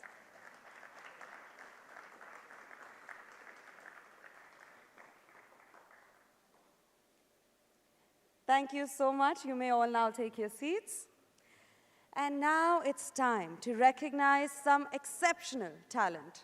These are individuals and teams who've taken on ambitious challenges and delivered ideas that are not just technically sound, but strategically powerful. To do the honors and felicitate the winners of our challenges, I would like to invite on stage Mr. Sudipta Roy, MD and CEO of L&T Finance, and Dr. Debarag Banerjee, Chief AI and Data Officer, L&T Finance. May I please have both the gentlemen on stage? Don't see Dr. Banerjee here.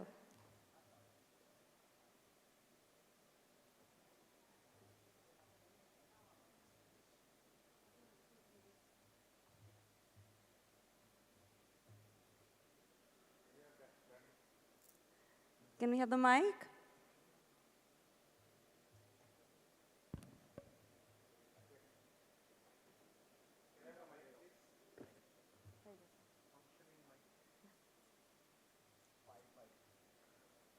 Hello. Yeah. Is it audible? Since Dr. Banerjee is nowhere to be seen, I think he's gone tuning our AI machine somewhere. There he is. Come on, ladies and gentlemen, give Dr. Banerjee a big round of applause. Brisk walking up onto the stage. Thank you for joining us, sir. Tuning our AI machine somewhere.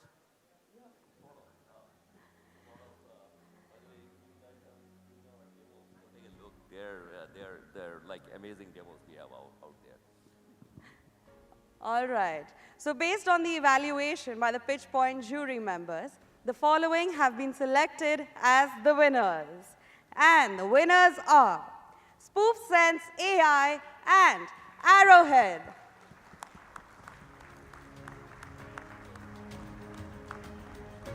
Come on, give them a winning applause, everybody.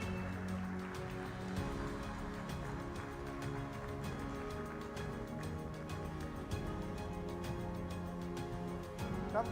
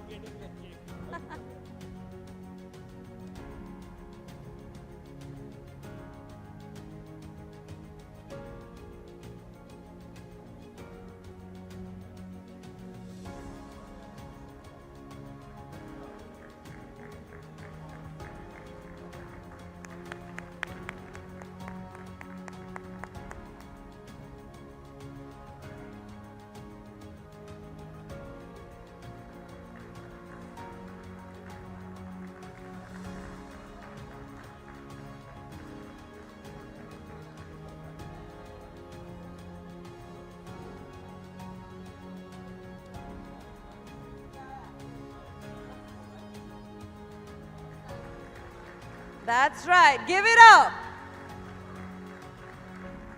You're free to make some noise, do some hooting. Some more. Come on. Congratulations to the winners of Pitch Point.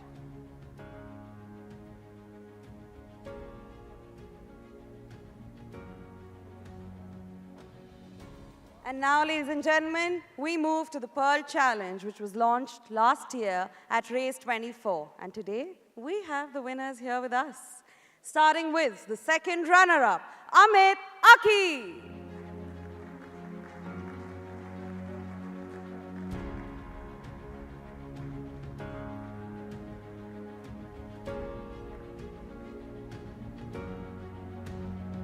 Amit doesn't seem to be smiling. You know what you have to do.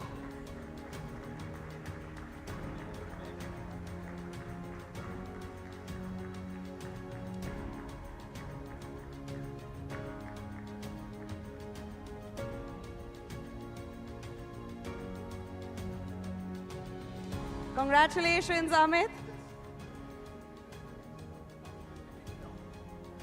And now, welcoming the first runner-up on stage for the Pearl Challenge is Sandeep.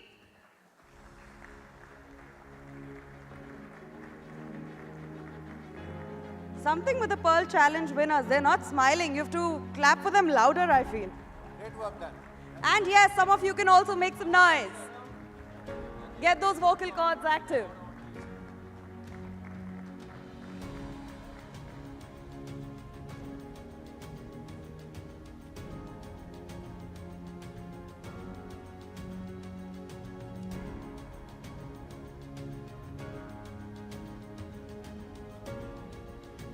Congratulations, Sandeep. And now on to the winner of the Pearl Challenge. I would like to welcome on stage Rachana Shivarudarappa Jaklali.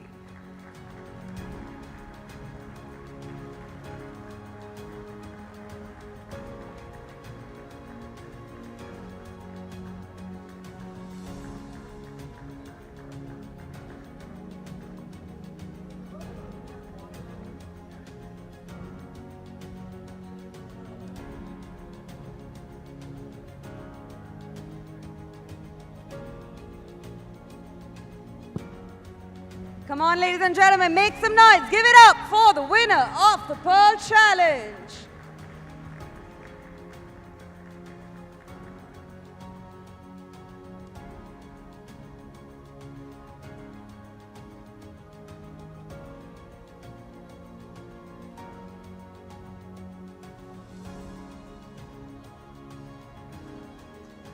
Congratulations, Rachna. And now we move on to AI Diya Express winners. I would like all the names and the winners that are announced to kindly come on stage together. Calling up the winners, Sesha Saikaran Kotam Raju. Rest of you need to clap for them. Jatin Nair, Bibhu Kalyan Sahu, Ayush Mitra, Sanika Sawant, and Bharvi Chavda.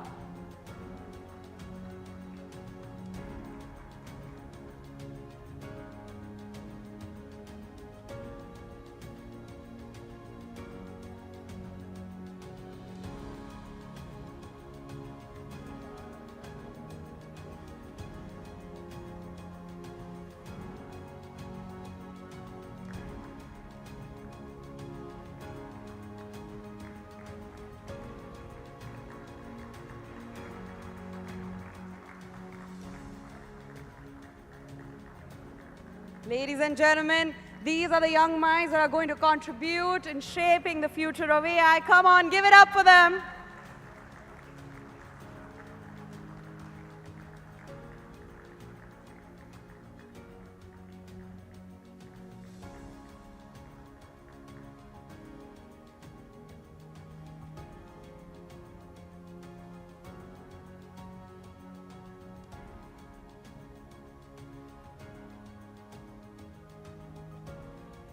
Congratulations to the winners once again.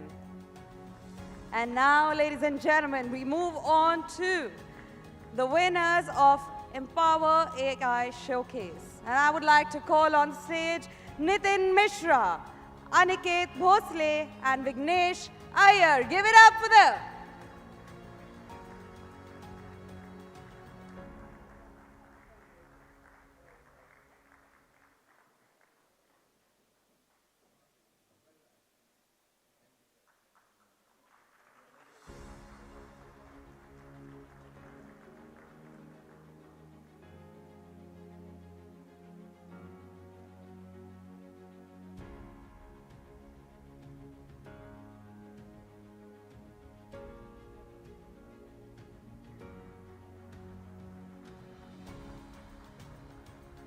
I need to hear more of you clapping. What's happening?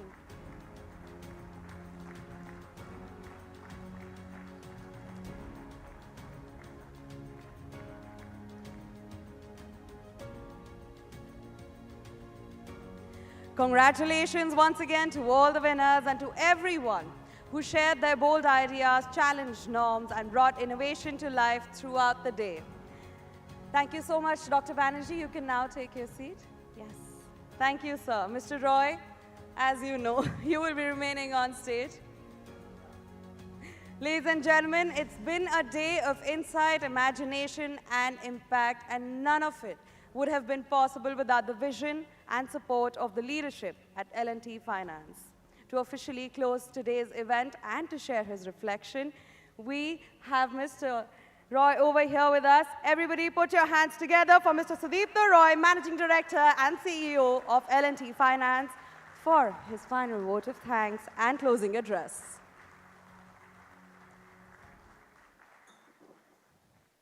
Thank you, everyone. It's been an amazing RAISE'25. We have had record attendance today and an amazing line of speakers, both in the tech track as well as in the main plenary track. We had 3,000 people, more than 3,000 people physically visiting the RAISE event today. More than 2,800 logging in online, so that makes it almost attendance by almost 6,000 people. And this would not have been possible without careful planning, execution that went on for months. It's an 8-month planning. We started in February to culminate on this day in November. So it's been a long, long journey for all of us. And it's time to thank some of the people who put in a lot of hard work. Statutory disclaimer, if I miss any name, it is, if I miss any name, it is not by design, but by accident, right? First, obviously, a big thanks to all our management committee members and the senior leadership team for their guidance, sponsorship, encouragement, and hard work. And yes, at times, I also needed encouragement. For the marketing team, Rohit Raina, Gigesh, Deepika, Akash, Sachin, Nilashri, Manish, and team. Amazing job done, guys. Probably the most hardest working team in RAISE, apart from the FCM team, right? And my office, of course. But you know, amazing job, guys. The entire marketing team. Superb stuff. The entire analytics team, I can't name everyone because the numbers are numerous, but Gaurav Bansal, Kamlesh Kumar, Dilip Maji, Raj Dige, and team, ably led by Debrag, and obviously Saili Ambekar for managing the international arrivals and the international speaker itinerary so perfectly.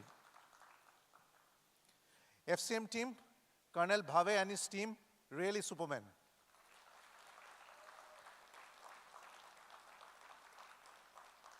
The entire tech team, led by Ramesh, Dhananjay, Samson, all your work, hard work through the years has made RAISE possible.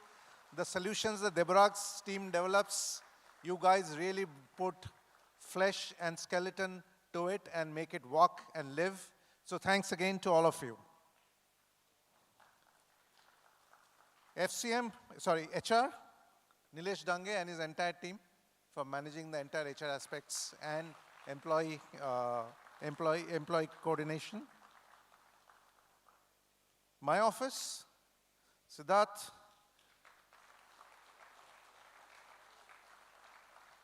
he will sleep after a long time today.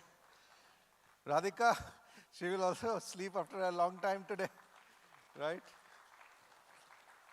Shubhranshu, Tanmay, Amisha, Ninad, Bharat, and the entire team. And not to miss Manish and Manohar from my office as well.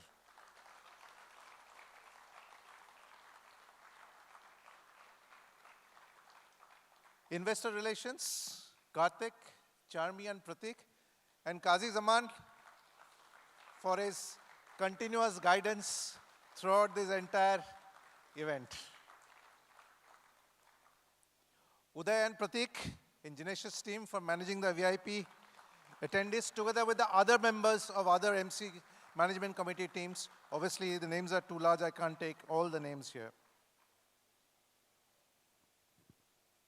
Special mentions to Sachin and Raju for being my stress busters and confidence boosters. So thanks a lot. Swasti Kalra for anchoring the event so well.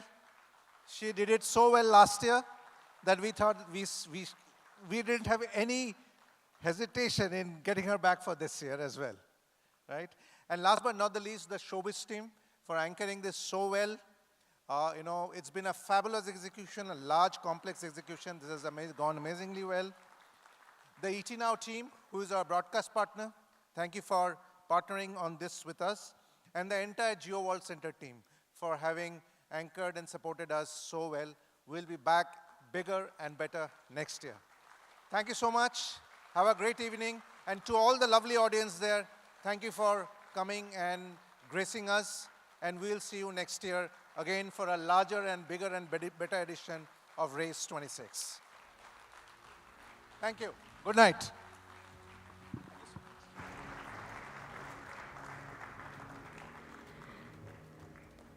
Thank you so much, Mr. Roy, for that thoughtful closing. And with that, ladies and gentlemen, we officially wrap up RAISE'25. Special thanks to our sponsors, Google Cloud, Microsoft, Salesforce, and NVIDIA. Lanyard partner, Dynatrace, and gifting partner, Finbox. It's been an absolute pleasure being your host for the day. To all our speakers, panelists, innovators, partners, and of course, each and every one of you who showed up here today with curiosity and open minds. Thank you from the bottom of our hearts. The ideas, ladies and gentlemen, don't stop here. Take them with you, build on them, question them, and most importantly, stay connected.